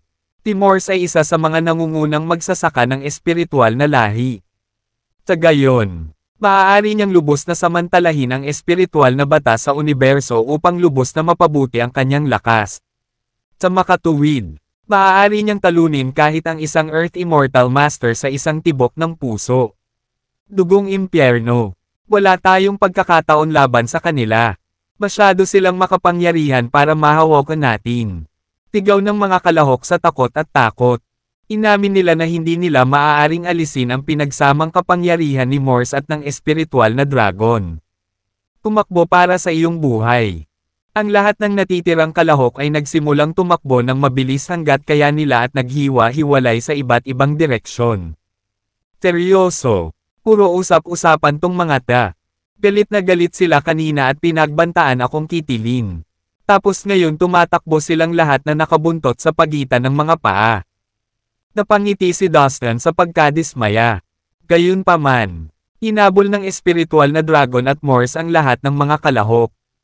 Hindi nagtagal ay naabutan nila sila at mabilis na pinaluhod ang kanilang mga tuhod sa harap nila. Pagkatapos nito, nakakuha si Dustin ng isang malaking bilang ng mga alipin sa immortal na antas ng lupa. Bukod pa rito, karamihan sa kanila ay mga alagad ng malalaking makapangyarihang puwersa. Hey brat! I can already tell that noble guy is on his way here. What's the plan? Tanong ng Heavenly Majestic Pot kay Dustin. Kakakuha ko lang ng espiritual na dragon at hindi ako masyadong mahusay sa paggamit nito sa buong potensyal nito. Morse ay isang dalubhasa sa espiritual na lahi at pinagkadalubhasaan niya ang ilang mga lihim na kasanayan na natatangi sa kanilang lahi. Nagpaplano akong maghanap ng angkop lugar kung saan maaari tayong magtago sandali para makapaglaan ako ng oras sa pag-aaral ng espiritual na dragon. At saka, nilayon kong matutunan ang lahat ng uri ng lihim na kasanayan ng espiritual na lahi mula kay Morse. Tugot ni Dustin na may nag-aalab na determinasyon sa kanyang mga mata. Matapos niyang makuha ang espiritual na dragon. Ang husay ni Dustin sa pakikipaglaban ay lubos na bumuti. Gayunpaman, hindi pa rin siya sigurado kung kaya niyang talunin ang aristokrate ng espiritual na lahi sa kanyang kasalukuyang estado. Di nagtagal, tumayo si Dustin sa ulo ng espiritual na dragon. Bush! Ang espiritual na dragon ay nagbago sa isang sinag ng liwanag at pumailang lang sa kalangitan sa bilis ng kidlat. Ilang segundo lang ay nakaalis na sila sa bituin. Hindi sila ganoon kalayo, ngunit medyo ligtas mula sa pagiging mahuli sa radar ng aristokrate ng espiritual na lahi. We need to flee to a farther place. Ani Dustin nang makita ang kasalukuyang distansya nila sa bituin na kakaalis lang nila. Ipagpatuloy mo lang ang paggamit ng espiritual na dragon. Bata, mas mabilis ito kaysa sa paggamit ng spaceship. Mungkahi ng Heavenly Majestic Pot. Tama ka, ang espiritual na batas ang namamahala sa universo na ito. Ibig sabihin, ito ay lubos na magbabawas sa bilis ng spaceship. Sa ngayon, makakaasa lang tayo sa bilis ng espiritual na dragon. Sang-ayon ni Dustin. Sa kalawakan, ang espiritual na dragon ay naging isang tuldok ng liwanag at sumugod pasulong sa pambihirang bilis. Pagkaraan ng ilang segundo, malayo na sila sa kumpol ng bituin kung saan naroon ang espiritual na kabisera. Noon lang, nagsimulang manginig ng husto ang espasyo sa itaas ng bituin kung saan sila umalis. Biglang, lumitaw ang isang malaking kulay abong figure. Nang sumunod na minuto, bumalot sa buong bituin ang isang mabigat na espiritual na pakiramdam. Ang espiritual na pakiramdam nagsimulang suriin ang lahat ng nasa bituin. Lahat ng may buhay at walang buhay na bagay ay hindi nakatakas mula rito. Wala na ang espiritual na dragon. Ninakaw ang trabaho ko sa buhay. Isang galit na dagandong ang umalangaw-ngaw na parang kulog. Ang napakalaking dami ng espiritual na enerhiya ng kaluluwa ay napalitan ng malalaking bagyo at inalis ang lahat sa ibabaw ng bituin. Nasaan sila? Ang espiritual na dragon, si Morse, at ang anak ko. Sino ang may gawa nito? Ang sobrang galit na dagandong ay dumurog sa hindi mabilang na mga nilalang. Nako, ito ang ating kagalang-galang na Panginoon. Inilalabas niya ang lahat ng kanyang galit. Kailangan nating tumakas, kapag nagalit ng ganito ang ating Panginoon. Maraming inosenteng tao ang mamamatay. Kung hindi tayo aalis dito, tayo ay magiging biktima ng kanyang galit. Lahat ng nilalang sa planeta, kabilang ang mga miyembro ng espiritual na lahi at kanilang mga alipin, ay sinubukang umalis sa planeta at magtago sa kalawakan. Kailangan lang nilang makalayo hanggat maaari ng mas mabilis hanggat maaari. Ang espiritual na dragon ang aking trump card upang mamuno sa sansinukob. How dare someone steal it from me? Kung sino man ang gumawa nito ay magbabayad ng matindi. Sa tingin ko ay hindi niya alam kung sino ang kanyang kakalabanin. You're so dead. Ay dudurugin kita sa harap ng lahat. At gagawa ng babala tungkol sa iyo sa sino mang maglalakas loob na salungatin ako. Pumunta sa impyerno. Imbecile. Ang galit na galit figure hollered sa buong kalawakan. Ilang nilalang na patungo sana sa kalawakan ay nagkawatak-watek at naging alikabok na may pinakamataas na enerhiya na nagmumula sa mga alon ng kanyang boses. Di nagtagal. Ang hangin ay napuno ng amoy ng sariwang dugo. At ang mga laman at buto ay nakakalat sa lahat ng lugar. Sa oras na ito, libo-libong milya na ang layo ni Dustin mula sa bituin kung saan niya nakuha ang espiritual na dragon. Nakatayo sa ulo ng dragon. Tumingin siya sa paligid at natagpuan ang isang malapit na inabando ng kumpol ng bituin na nasa gilid ng universo. Tumigil na tayo dito. It's a perfect place to conduct my training. Pagkatapos ay inutusan ni Dustin ang espiritual na dragon na pumasok sa kumpol ng bituin. Ayon kay Morse, Ganap na nakontrol ni Dustin ang espiritual na dragon. Ngunit kailangan niya itong pinuhin pa. Sa sandaling matagumpay niyang napino ang espiritual na dragon. Ito ay maisasama sa kanyang espiritual na enerhiya ng kaluluwa. Sa oras na iyon, ang kanyang espiritual na enerhiya ng kaluluwa ay tataas ng husto at pagkatapos ay magagamit niya ang espiritual na dragon sa pinakamataas na potensyal nito. Bilang karagdagan sa pagpino sa espiritual na dragon.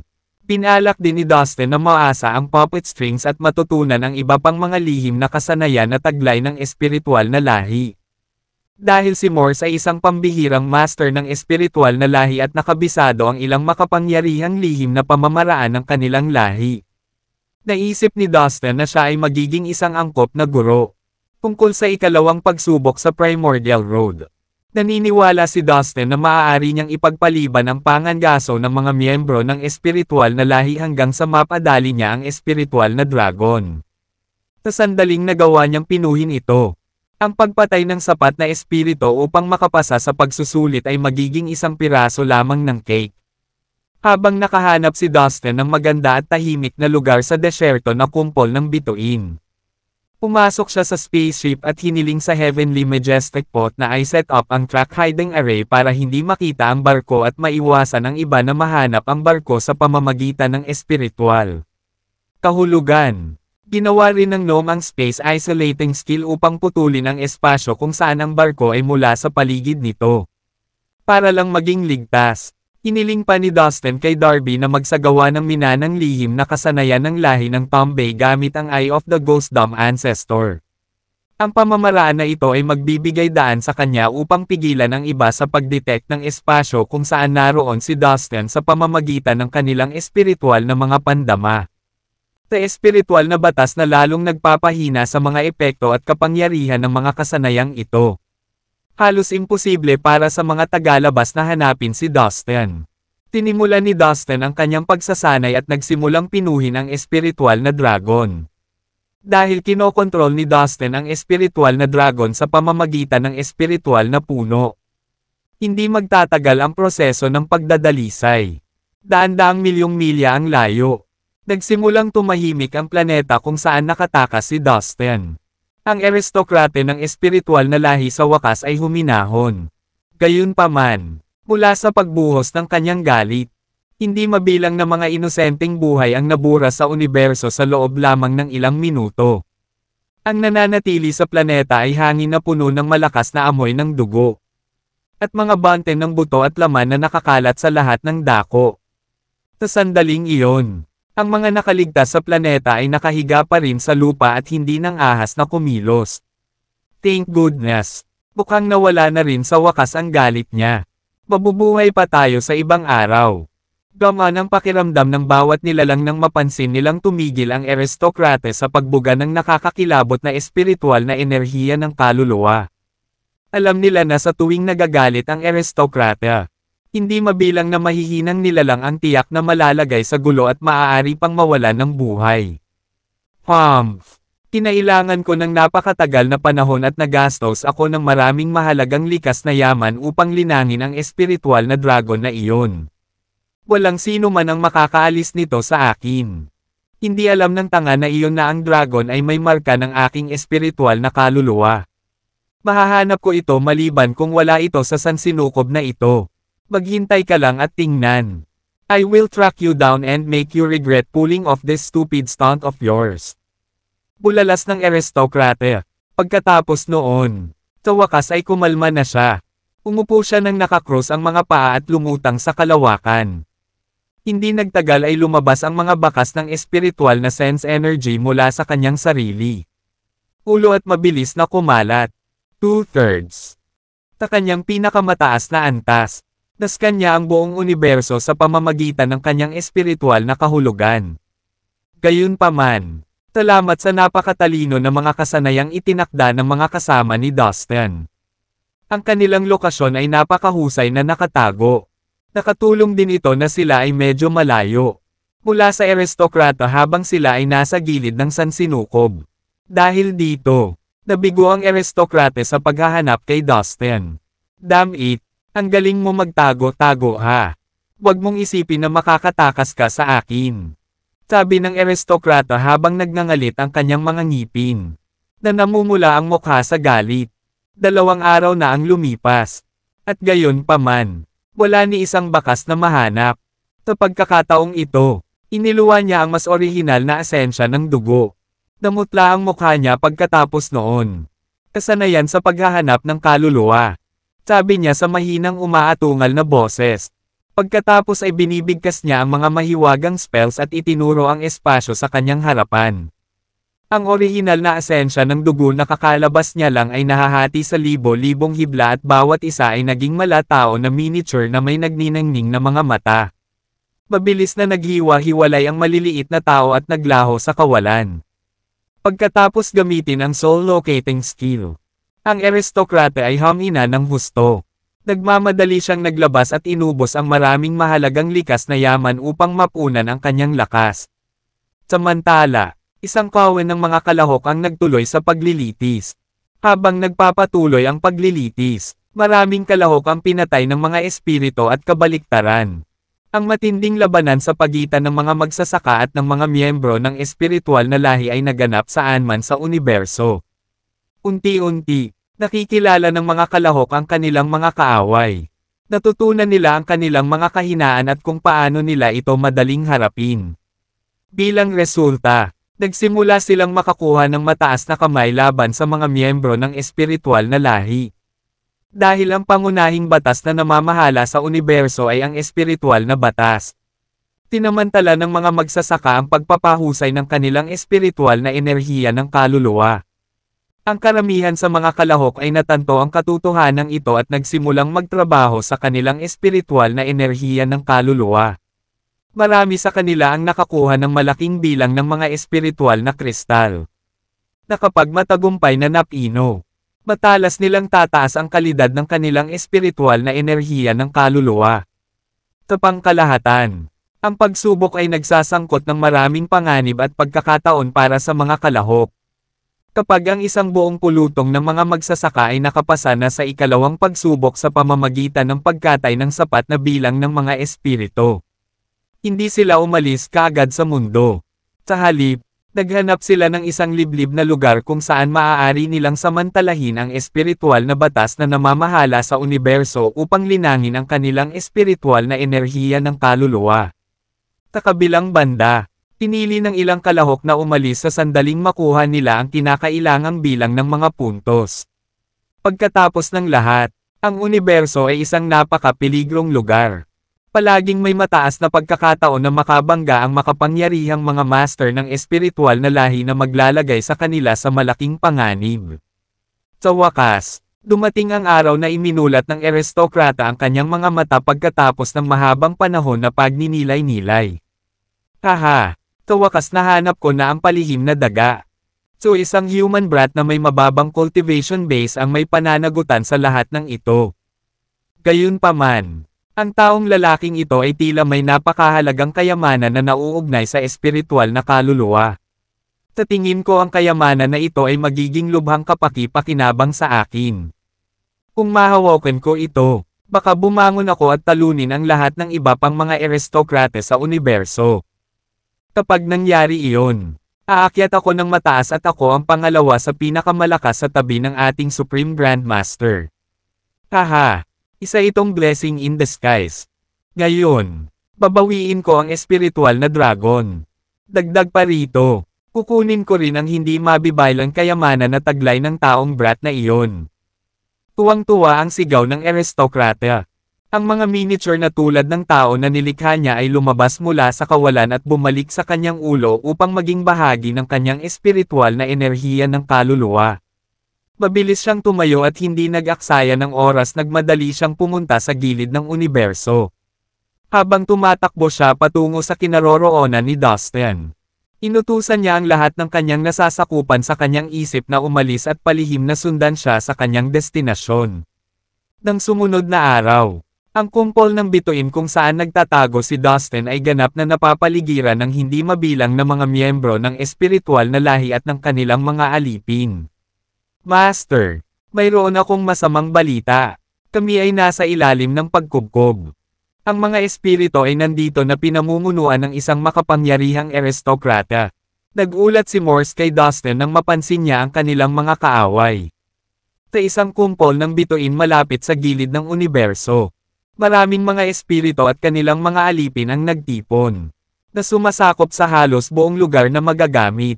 Ito ay hindi nakakagulat. Lahat ng bagay ay isinasaalang-alang. Ang espiritual na dragon, pagkatapos ng lahat, ay labis na mahal ng maharlikang iyon. Itinuring niya itong pinakamataas na tagumpay ng kanyang buhay. Naturally, ay rerally niya ang lahat ng pinakamalakas niyang tauhan para bawiin ito. At narito sila ngayon. Halos hinaharangan ang buong star cluster. Umayos sila at ginawang komportable ang kanilang sarili. Pagkatapos ay umalis ang Maharlika upang sundan ang kanyang biktima. Samantala, sa isang liblib na bahagi ng kumpol ng bituin, nakaupo si Dustin na naka-cross-legged at tahimik. Naglilinang sa kapayapaan. Biglang nag-ulo ang hangin sa paligid niya. Sa kanyang mga mata ay nakapikit. Hindi niya nakita ang isang malaking kulay abo na anino na lumulutang sa malawak at ilang nakalangitan. Papalapit sa kanya ang Maharlika. Huminto ang anino sa harap lang ni Dustin. Nagbabadya at nagsisiksikan sa kanyang espasyo. Hoy bata, panunuya niya. Tumigil ka sa pagtatago at lumabas ka. Agad na binuksan ni Dustin ang kanyang mga mata at tumayo sa isang matalim na galaw. Si Morse at Darby ay nakatayo sa atensyon. Tahimik nilang binabantayan si Dustin sa lahat ng oras na ito. Habang si Violet at ang iba pa ay nasa Slave Tower. Bawat isa ay naglilinang sa pag-iisa. Pantay na ipinamahagi ni Dustin ang maraming espiritual na kristal na naipon niya kanina. At inutusan silang pagbutihin ang kanilang espiritual na mga kaluluwa sa lalong madaling panahon. Guro, sa wakas natapos mo na ang iyong paglilinang. Guro, napino mo na ba ang espiritual na dragon? Nagawa mo na ba? Oo. Mahinahong sagot ni Dustin habang lumalabas sa maliit na enclosed space na inookupahan niya. Tara na at tingnan natin ito. Taglit siyang tumingin sa langit, kung saan ang malaking kulay abong anino ay dahan-daang naglalaho. Bago humantong sa daan, agad naman siyang sinundan ni Morse at Darby. Nag-teleport sila pabalik sa clearing. At natagpuan ang kanilang sarili na napapalibutan ng mga tropa ng Maharlika. Kaya ikaw ang nagnakaw ng aking espiritual na dragon. Ang mga mata ng Maharlika ay nag-aalab na may layuning pumatay. Nakalock kay Dustin. Si Dustin naman ay nakatingin lang sa kanyang paligid na walang kaba. Oo, kinuha ko nga ang halimaw na iyon at pinino ito. Casual niyang sagot. Sa ganitong kaso, sa makabuluhang paglukso sa antas ng enerhiya ng kanyang espiritual na kaluluwa. Lubos siyang nagtitiwala na kaya niyang talunin ang Maharlikang ito mula sa espiritual na lahi. Bamantong hininga ang Maharlika. Ha? Inaasahan mo na maniniwala ako na nagsasabi ka ng totoo. Hindi maliit na gawain ang pinuhin ang espiritual na dragon. Lalo na para sa isang tulad mo. Dahil sa iyong cultivation base. Ngunit ang kanyang mapanuksong tono ay naging malungkot nang maramdaman niya ang espiritual na enerhiya ng kaluluwa ni Dustin. Well, ano ang mayroon tayo dito? Mukhang mayroon kang isang medyo hindi pangkaraniwang kayamanan sa iyong pag-aari. Habang sinusubukan niyang ibalot ang kanyang ulo sa pagtuklas na ito, isa pang ideya ang pumasok sa kanyang isipan. Napalitan ng tuwa ang kanyang galit. Maaari niyang samantalahin ng husto ang sitwasyong ito na itinulak sa kanya.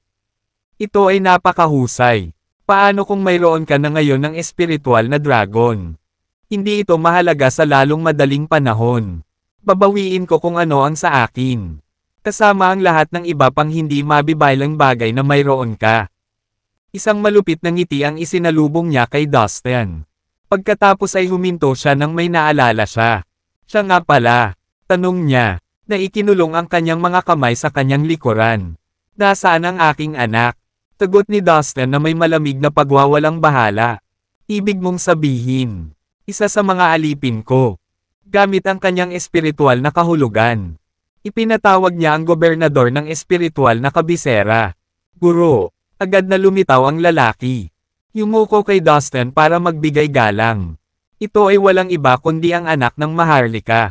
May kung anong bagay sa loob ng matandang lalaki na tila sa wakas ay pamitik. What the hell is this? Anong nangyayari dito? Anong ginawa mo sa anak ko? Dinuraan niya si Dustin.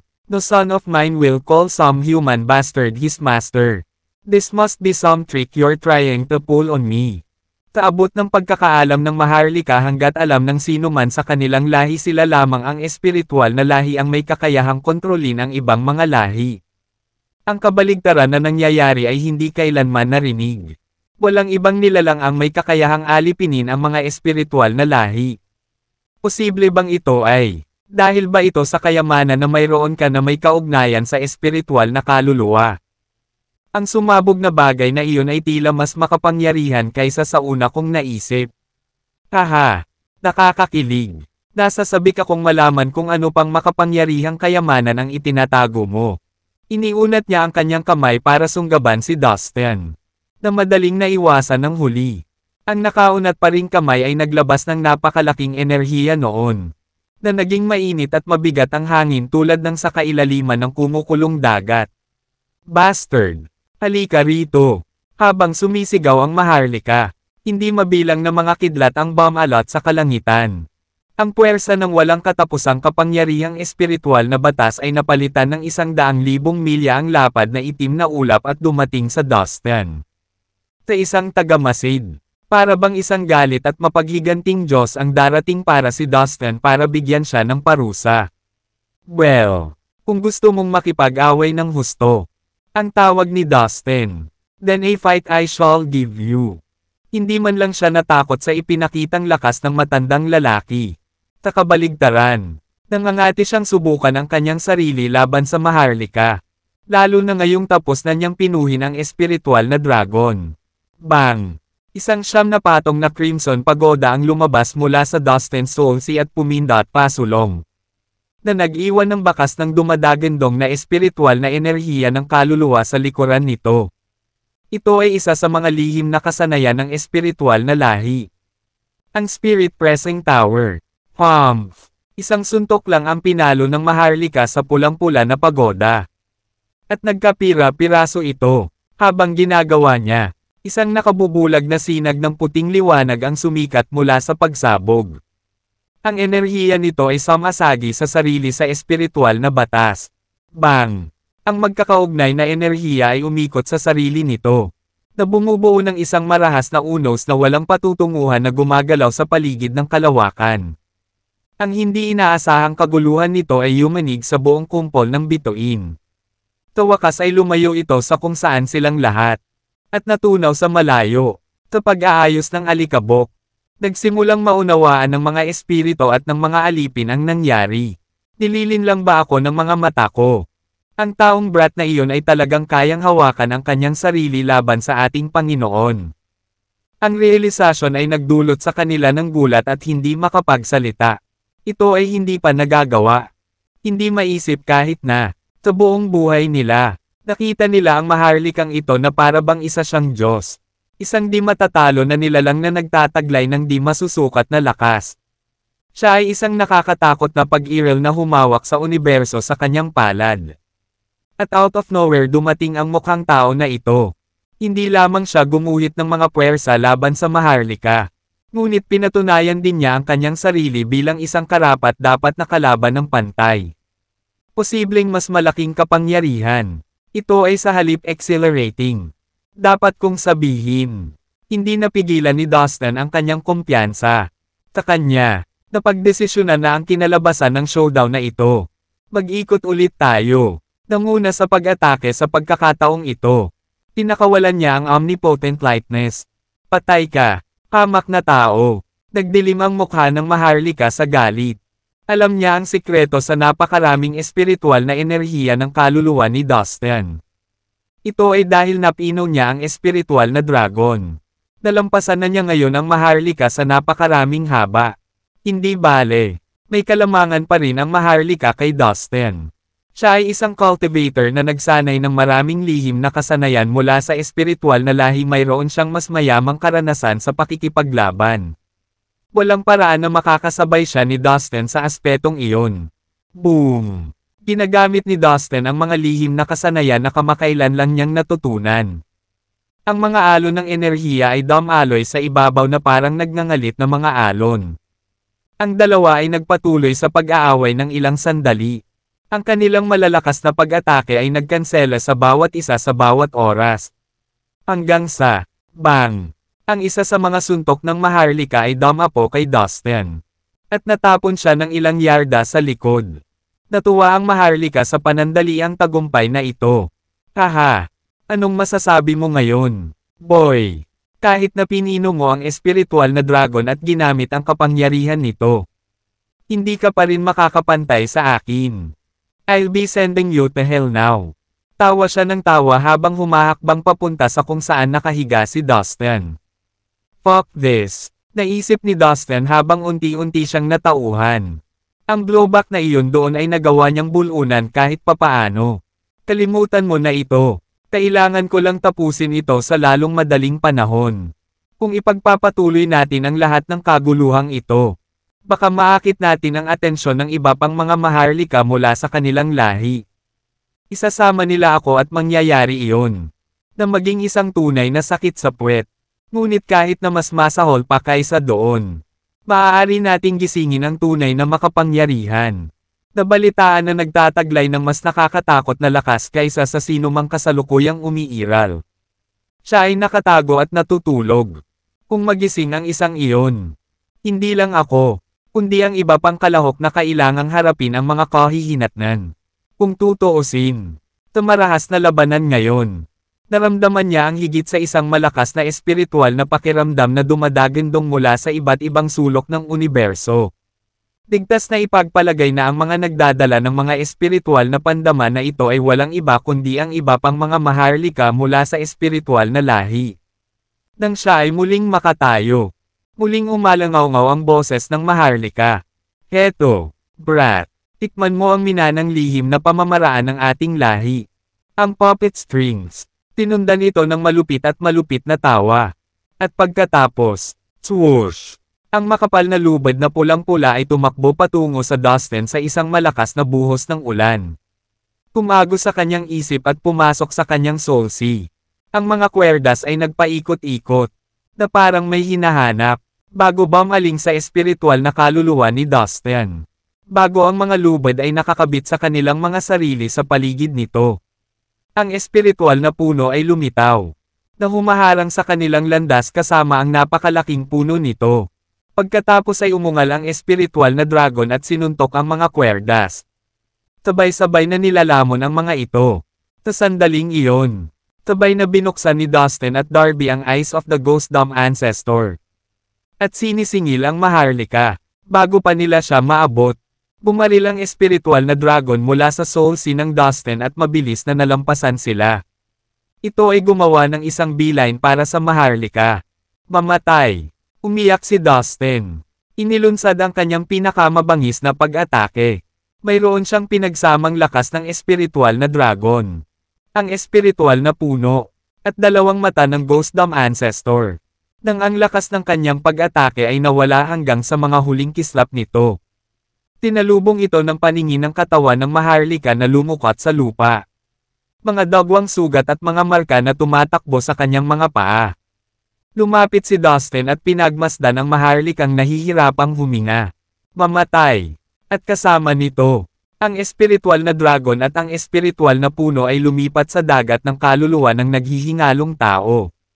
At winasak ang kanyang espiritual na kaluluwa.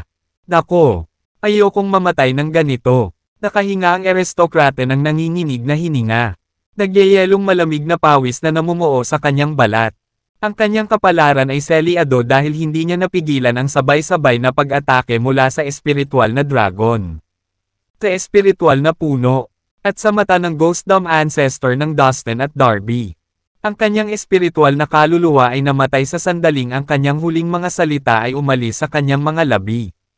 Ang patay na aristokrate ay nahiga sa sahig sa kanyang likuran. At ang espiritual na dragon ay sumugod pasulong at nilamon ang kanyang bangkay sa isang iglap. Bush! Isang ilusyon na numero ang nahulog mula sa langit at sumugod sa jade token ni Dustin. 50,000. Nabasa nito. Ang pagkamatay ng aristokrata ay nagkakahalaga ng 50,000 puntos.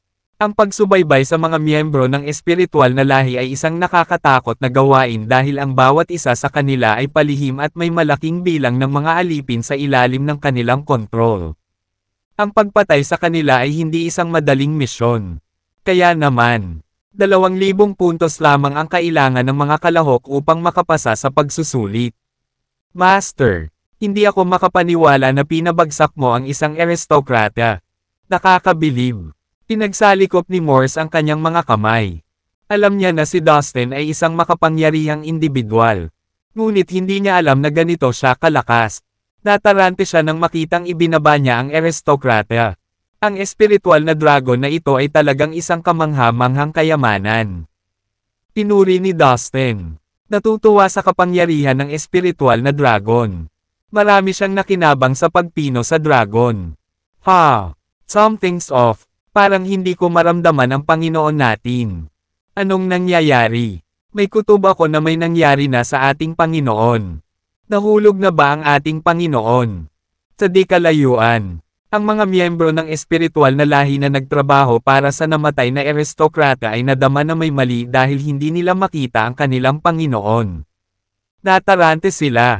Huwag kang mag-alala. Ang ating Panginoon ay halos walang talo. Walang sino man ang makakasakit sa kanya. Imposibleng ang isang mahinang tao lamang ay maaaring kumitil ng kanyang buhay. Masyado kang nag-aalala. Tapalagay ko ang ating Panginoon ay naghahanda para sa ilang lihim na kasanayan ng ating lahi sa isang bid to take that human weakling in one move. Kaya naman tinago niya ang aura niya at hindi namin siya maramdaman. Ang ilang miyembro ng espiritual na lahi na pinagkatiwalaan ng aristokrata ay namumukod tangi at sinubukang bigyan ng katiyakan ang kanilang mga kasamang nataranta. Para sa kanila, walang sino man mula sa sangkatauhan ang sapat na kakilakilabot upang pabagsakin ang kanilang Panginoon. Hindi posible na mamatay siya sa kamay ng isang tao. Inalis ni Dustin ang kanyang tingin sa mga espiritong nasa malapit. Pagkatapos, gamit ang kanyang isip, inihatid ni Dustin ang kanyang mga kasama palabas ng Slave Tower. Kasama ang Heavenly Majestic Pot at Violet. Mayroong hindi bababa sa 100,000 miyembro ng espiritual na lahi doon. Kung papatayin mo sila, makakakuha ka ng sapat na puntos upang makapasa sa pagsubok. Hindi mo kailangang mag-alala tungkol sa anumang bagay. Ang espiritual na dragon at ang espiritual na puno ay magpoprotekta ikaw. Tiniguro ni Dustin ang kanilang kaligtasan. Tapagtitiwala sa mga salita ni Dustin. Tinalakay ng kanyang mga kasama ang kawin ng mga espiritu. Come on, guys, let's slaughter all these damn participants. Mahigit 100,000 miyembro ng espiritual na lahi. Kasama ang kanilang kahanga-hangang bilang ng mga alipin. Na sinisingil sa mga kasamahan ni Dustin. Ang espiritual na dragon ay umungol ng mabangis at lumipad patungo sa mga espiritu.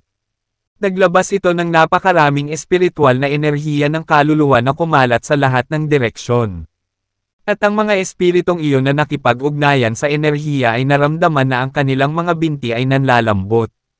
At bago nila napagtanto kung ano ang nangyayari, tila ay nilamon ng espiritual na dragon. Habang mas maraming espiritu ang nilamon ng dragon, mas nagiging malakas ito. Pagkaraan ng ilang sandali, lumitaw ang espiritual na puno at lumutang sa hangin. Ang hindi mabilang na berdeng mga dahon nito ay bumaril at tumusok sa katawan ng mga miyembro ng espiritual na lahi. Tinaladkad sila nito patungo sa kanyang sarili kasama ang mga dahon nito at pino ang mga ito. Sa kabila ng pagiging outnumber, nangingibabaw pa rin sa kanila ang espiritual na dragon. Ang mga espiritu ay nasa isang dahado dahil sila ay humarap laban sa espiritual na dragon at sa espiritual na puno. Hindi man lang sila nakalaban. Tinamantala ng lahat ng mga kasamahan ni Dustin ang pagkakataon at sunod-sunod na tinapos ang mga miyembro ng espiritual na lahi. Hindi sila nagtagal upang makakuha ng sapat na halaga. At totoo nga, lahat sila ay nakapasa sa ikalawang pagsubok. Ang mga kalahok na naging alipin ni Dustin tulad ni Darby ay nakapasa din sa ikalawang pagsusulit. Where on earth is our Lord? Bakit hindi pa siya bumabalik? Nahulog ba siya? Ang iba sa mga espiritu ay unti-unting nawalan ng pag-asa. Kung wala ang kanilang Panginoon upang makipag-away sa kanila, ito ay walang kabuluhan. Nawawala na sila ng gana dahil sa mga hindi magandang pangyayari. Una, nasaksihan nila ang sunod-sunod na pagkamatay ng kanilang uri. At ngayon, ang aristokrate na inaabangan nilang makatagpo ay wala saan man. Out of the blue, isang miyembro ng espiritual na lahi ang dumating na sumisigaw ng malakas. Na parang nagmamadaling tumakas mula sa isang bagay. Tumakbo. Nang makita ang kanilang kasamang nabigla sa takot. Sumunod ang lahat ng iba pang espiritu. Gayunpaman, ang espiritual na dragon at ang espiritual na puno ay mas mabilis kaysa sa kanila. Tinundan ng dalawa ang mga natakot na espiritu at pinawi silang lahat. Nang matapos ang labanan, tuwang-tuwa si Dustin nang malaman na ang espiritual na dragon at espiritual na puno ay nakakuha ng napakaraming espiritual na enerhiya ng kaluluwa. Kasabay nito, ang kanyang espiritual na pakiramdam ay tumaas din ng husto. Ang Heavenly Majestic Pot, kasama si Violet, ang gnome at ang iba pa sa kanila, ay nangolekta ng kahanga-hangang bilang ng mga espiritual na kristal sa larangan ng digmaan. Kuya, tingnan mo ang dami ng espiritual na kristal na nakolekta ko. Nakangiting iniharap ni Suzy ang kanyang pagnakawan sa kanyang kapatid. Tara, umalis muna tayo dito. Iminuwestre ni Dustin ang kanyang mga kasama na sundan siya habang nakasakay siya sa espiritual na dragon. Lumipad silang lahat. Sa katunayan, ang labanan ay nagdulot ng labis na pinsala sa espiritual na lahi na ikinaalarma pa nito sa maraming iba pang malalakas na Panginoon. Naramdaman ni Dustin na ang hindi mabilang na makapangyarihang magsasaka ng espiritual na lahi ay patungo sa larangan ng digmaan. Mula sa kanyang pagtatansya, naniniwala si Dustin na kakayanin niya ang dalawang aristokrate sa pinakamahusay. Ngunit ang ilan sa kanila ay magiging ibang kwento. Matapos lamunin ang napakaraming miyembro ng espiritual na lahi. Ang espiritual na dragon ay naging mas malakas at ang bilis nito ay nagbago ng malaki. Pagkaraan ng ilang sandali, mahigit 1 bilyong milya ang layo ni Dustin at ng kanyang mga kasama sa kanilang pinanggalingan. Morse. Alam mo ba kung saan tayo makakahanap ng mas maraming espiritual na dragon? Tanong ni Dustin sa kanyang alipin. Hindi lamang siya nakakuha ng isang makapangyarihang kasama. Ang kanyang espiritual na pakiramdam ay tumaas din ng husto pagkatapos niyang pinuhin ang isang espiritual na dragon. Kung maaari niyang pinuhin ang higit pang mga espiritual na dragon, hindi siya magagapi. Hindi ko alam. Paumanhin na sagot ni Morse. Guro. Sa lahat ng nararapat na paggalang. Ngunit ang mga espiritual na dragon ay bihira at pambihirang makuha. Ikaw ay sapat na mapalad na makakuha ng isa. Halos imposible na makakuha ng higit pang espiritual na mga dragon. Paliwanag ni Morse. Mayroon kang magandang punto. Nakangiting ngumiti si Dustin. Ngayong alam ko na mahirap makahanap ng isa pang espiritual na dragon. Pumunta tayo sa mga espiritual na kabisera at magnakaw ng ilang sisidlan ng espiritual na kristal. Sabihin ang 100 sa kanila. Kahit man lang. Umayos na si Dustin. Ang bawat espiritual na kapital ay itinayo sa isang malaking sisidlan ng espiritual na kristal. Pinabalak niyang kunin ang pagkakataong ito para makakuha ng higit pa sa kanila. Seryoso ka ba, Brat? Ngunit kung mayroong sino mang may kakayahang gumawa ng kasing dakila nito. Alam kong ikaw iyon. Pahayag ng Heavenly Majestic Pot. Samasang-ayon ako sa desisyong ito. Master. Sumunod si Violet. Masayang pumalakpak ang kanyang mga kamay. Guro. Kung makakakuha ka ng maraming sisidlan ng espiritual na kristal. Ang sansinukob ay labis na magugulat. Pati yata ang natutulog na spiritual ancestor ay magi gising para dito. Natigilan si Moore sa walang kwentang ugali ni Dustin. Walang dapat ipag-alala. Nakakuha kami ng sapat na puntos. If things go south, we can leave this universe. Panatag ni Dustin habang mahinang ngumiti. Sa pangunguna ni Morse, tinimulan ni Dustin na salakayin ang mga espiritual na kapital at ninakaw ang mga sisidlan ng espiritual na kristal sa ilalim ng mga ito. Ang bawat espiritual na kapital ay nasa ilalim ng kontrol ng mga aristokrata o mga miyembro ng kanilang pamilya sa espiritual na lahi. Hindi naman nahirapan si Dustin sa pakikitungo sa kanila. Naging maayos ang lahat gaya ng balak ni Dustin. Makalipas ang ilang araw, nakakuha siya ng paraming malalaking sisidlan ng espiritual na kristal. Ang dami ng espiritual na kristal na kanilang naipon ay hindi makalkula. Kasabay nito, ang iba pang malalakas na kalahok ay nagkaroon din ng mahusay na ani sa universo. Napabalikwa si Dempsey ng muklan at tumawa ng malakas. Sa wakas ay nakahanap ako ng malaking sisidlan ng espiritual na kristal. Pagkatapos kong pinuhin ito, ang aking espiritual na pakiramdam ay magiging napakalakas. Bumulwak siya. Congratulations, young master. Pinuri ng kanyang mga bodyguard ng Earth Immortal Realm ang kanyang husay. Maniniwala ka ba dito? Tumakbo ako sa isang kuweba ng isang espiritual na pinuno ng lahi na nabuhay noong sinaunang panahon. Ang lahat ng mahalagang likas na yaman. Mataas na uri ng table task. Matataas na kayamanan ng mahika at mga lihim na kasanayang pag-aari ng Panginoong iyon ay magiging akin. Nakatayo sa harap ng isang lumang kuweba. Ang unang kahalili ng Divine Sect ay tumawa. Ito ay ang stela na lumalamon sa kaluluwa. Ang banal na sandata ng espiritual na kahulugan. Matagal na itong nawala. Hindi ko inaasahang makukuha ko ang stela na ito kapag nagkataon. With it, my spiritual sense will be outrageously powerful. Ang talentadong binata ng Tombe Race, si Pierce, ay tumitig sa isang lumang stela sa harap niya.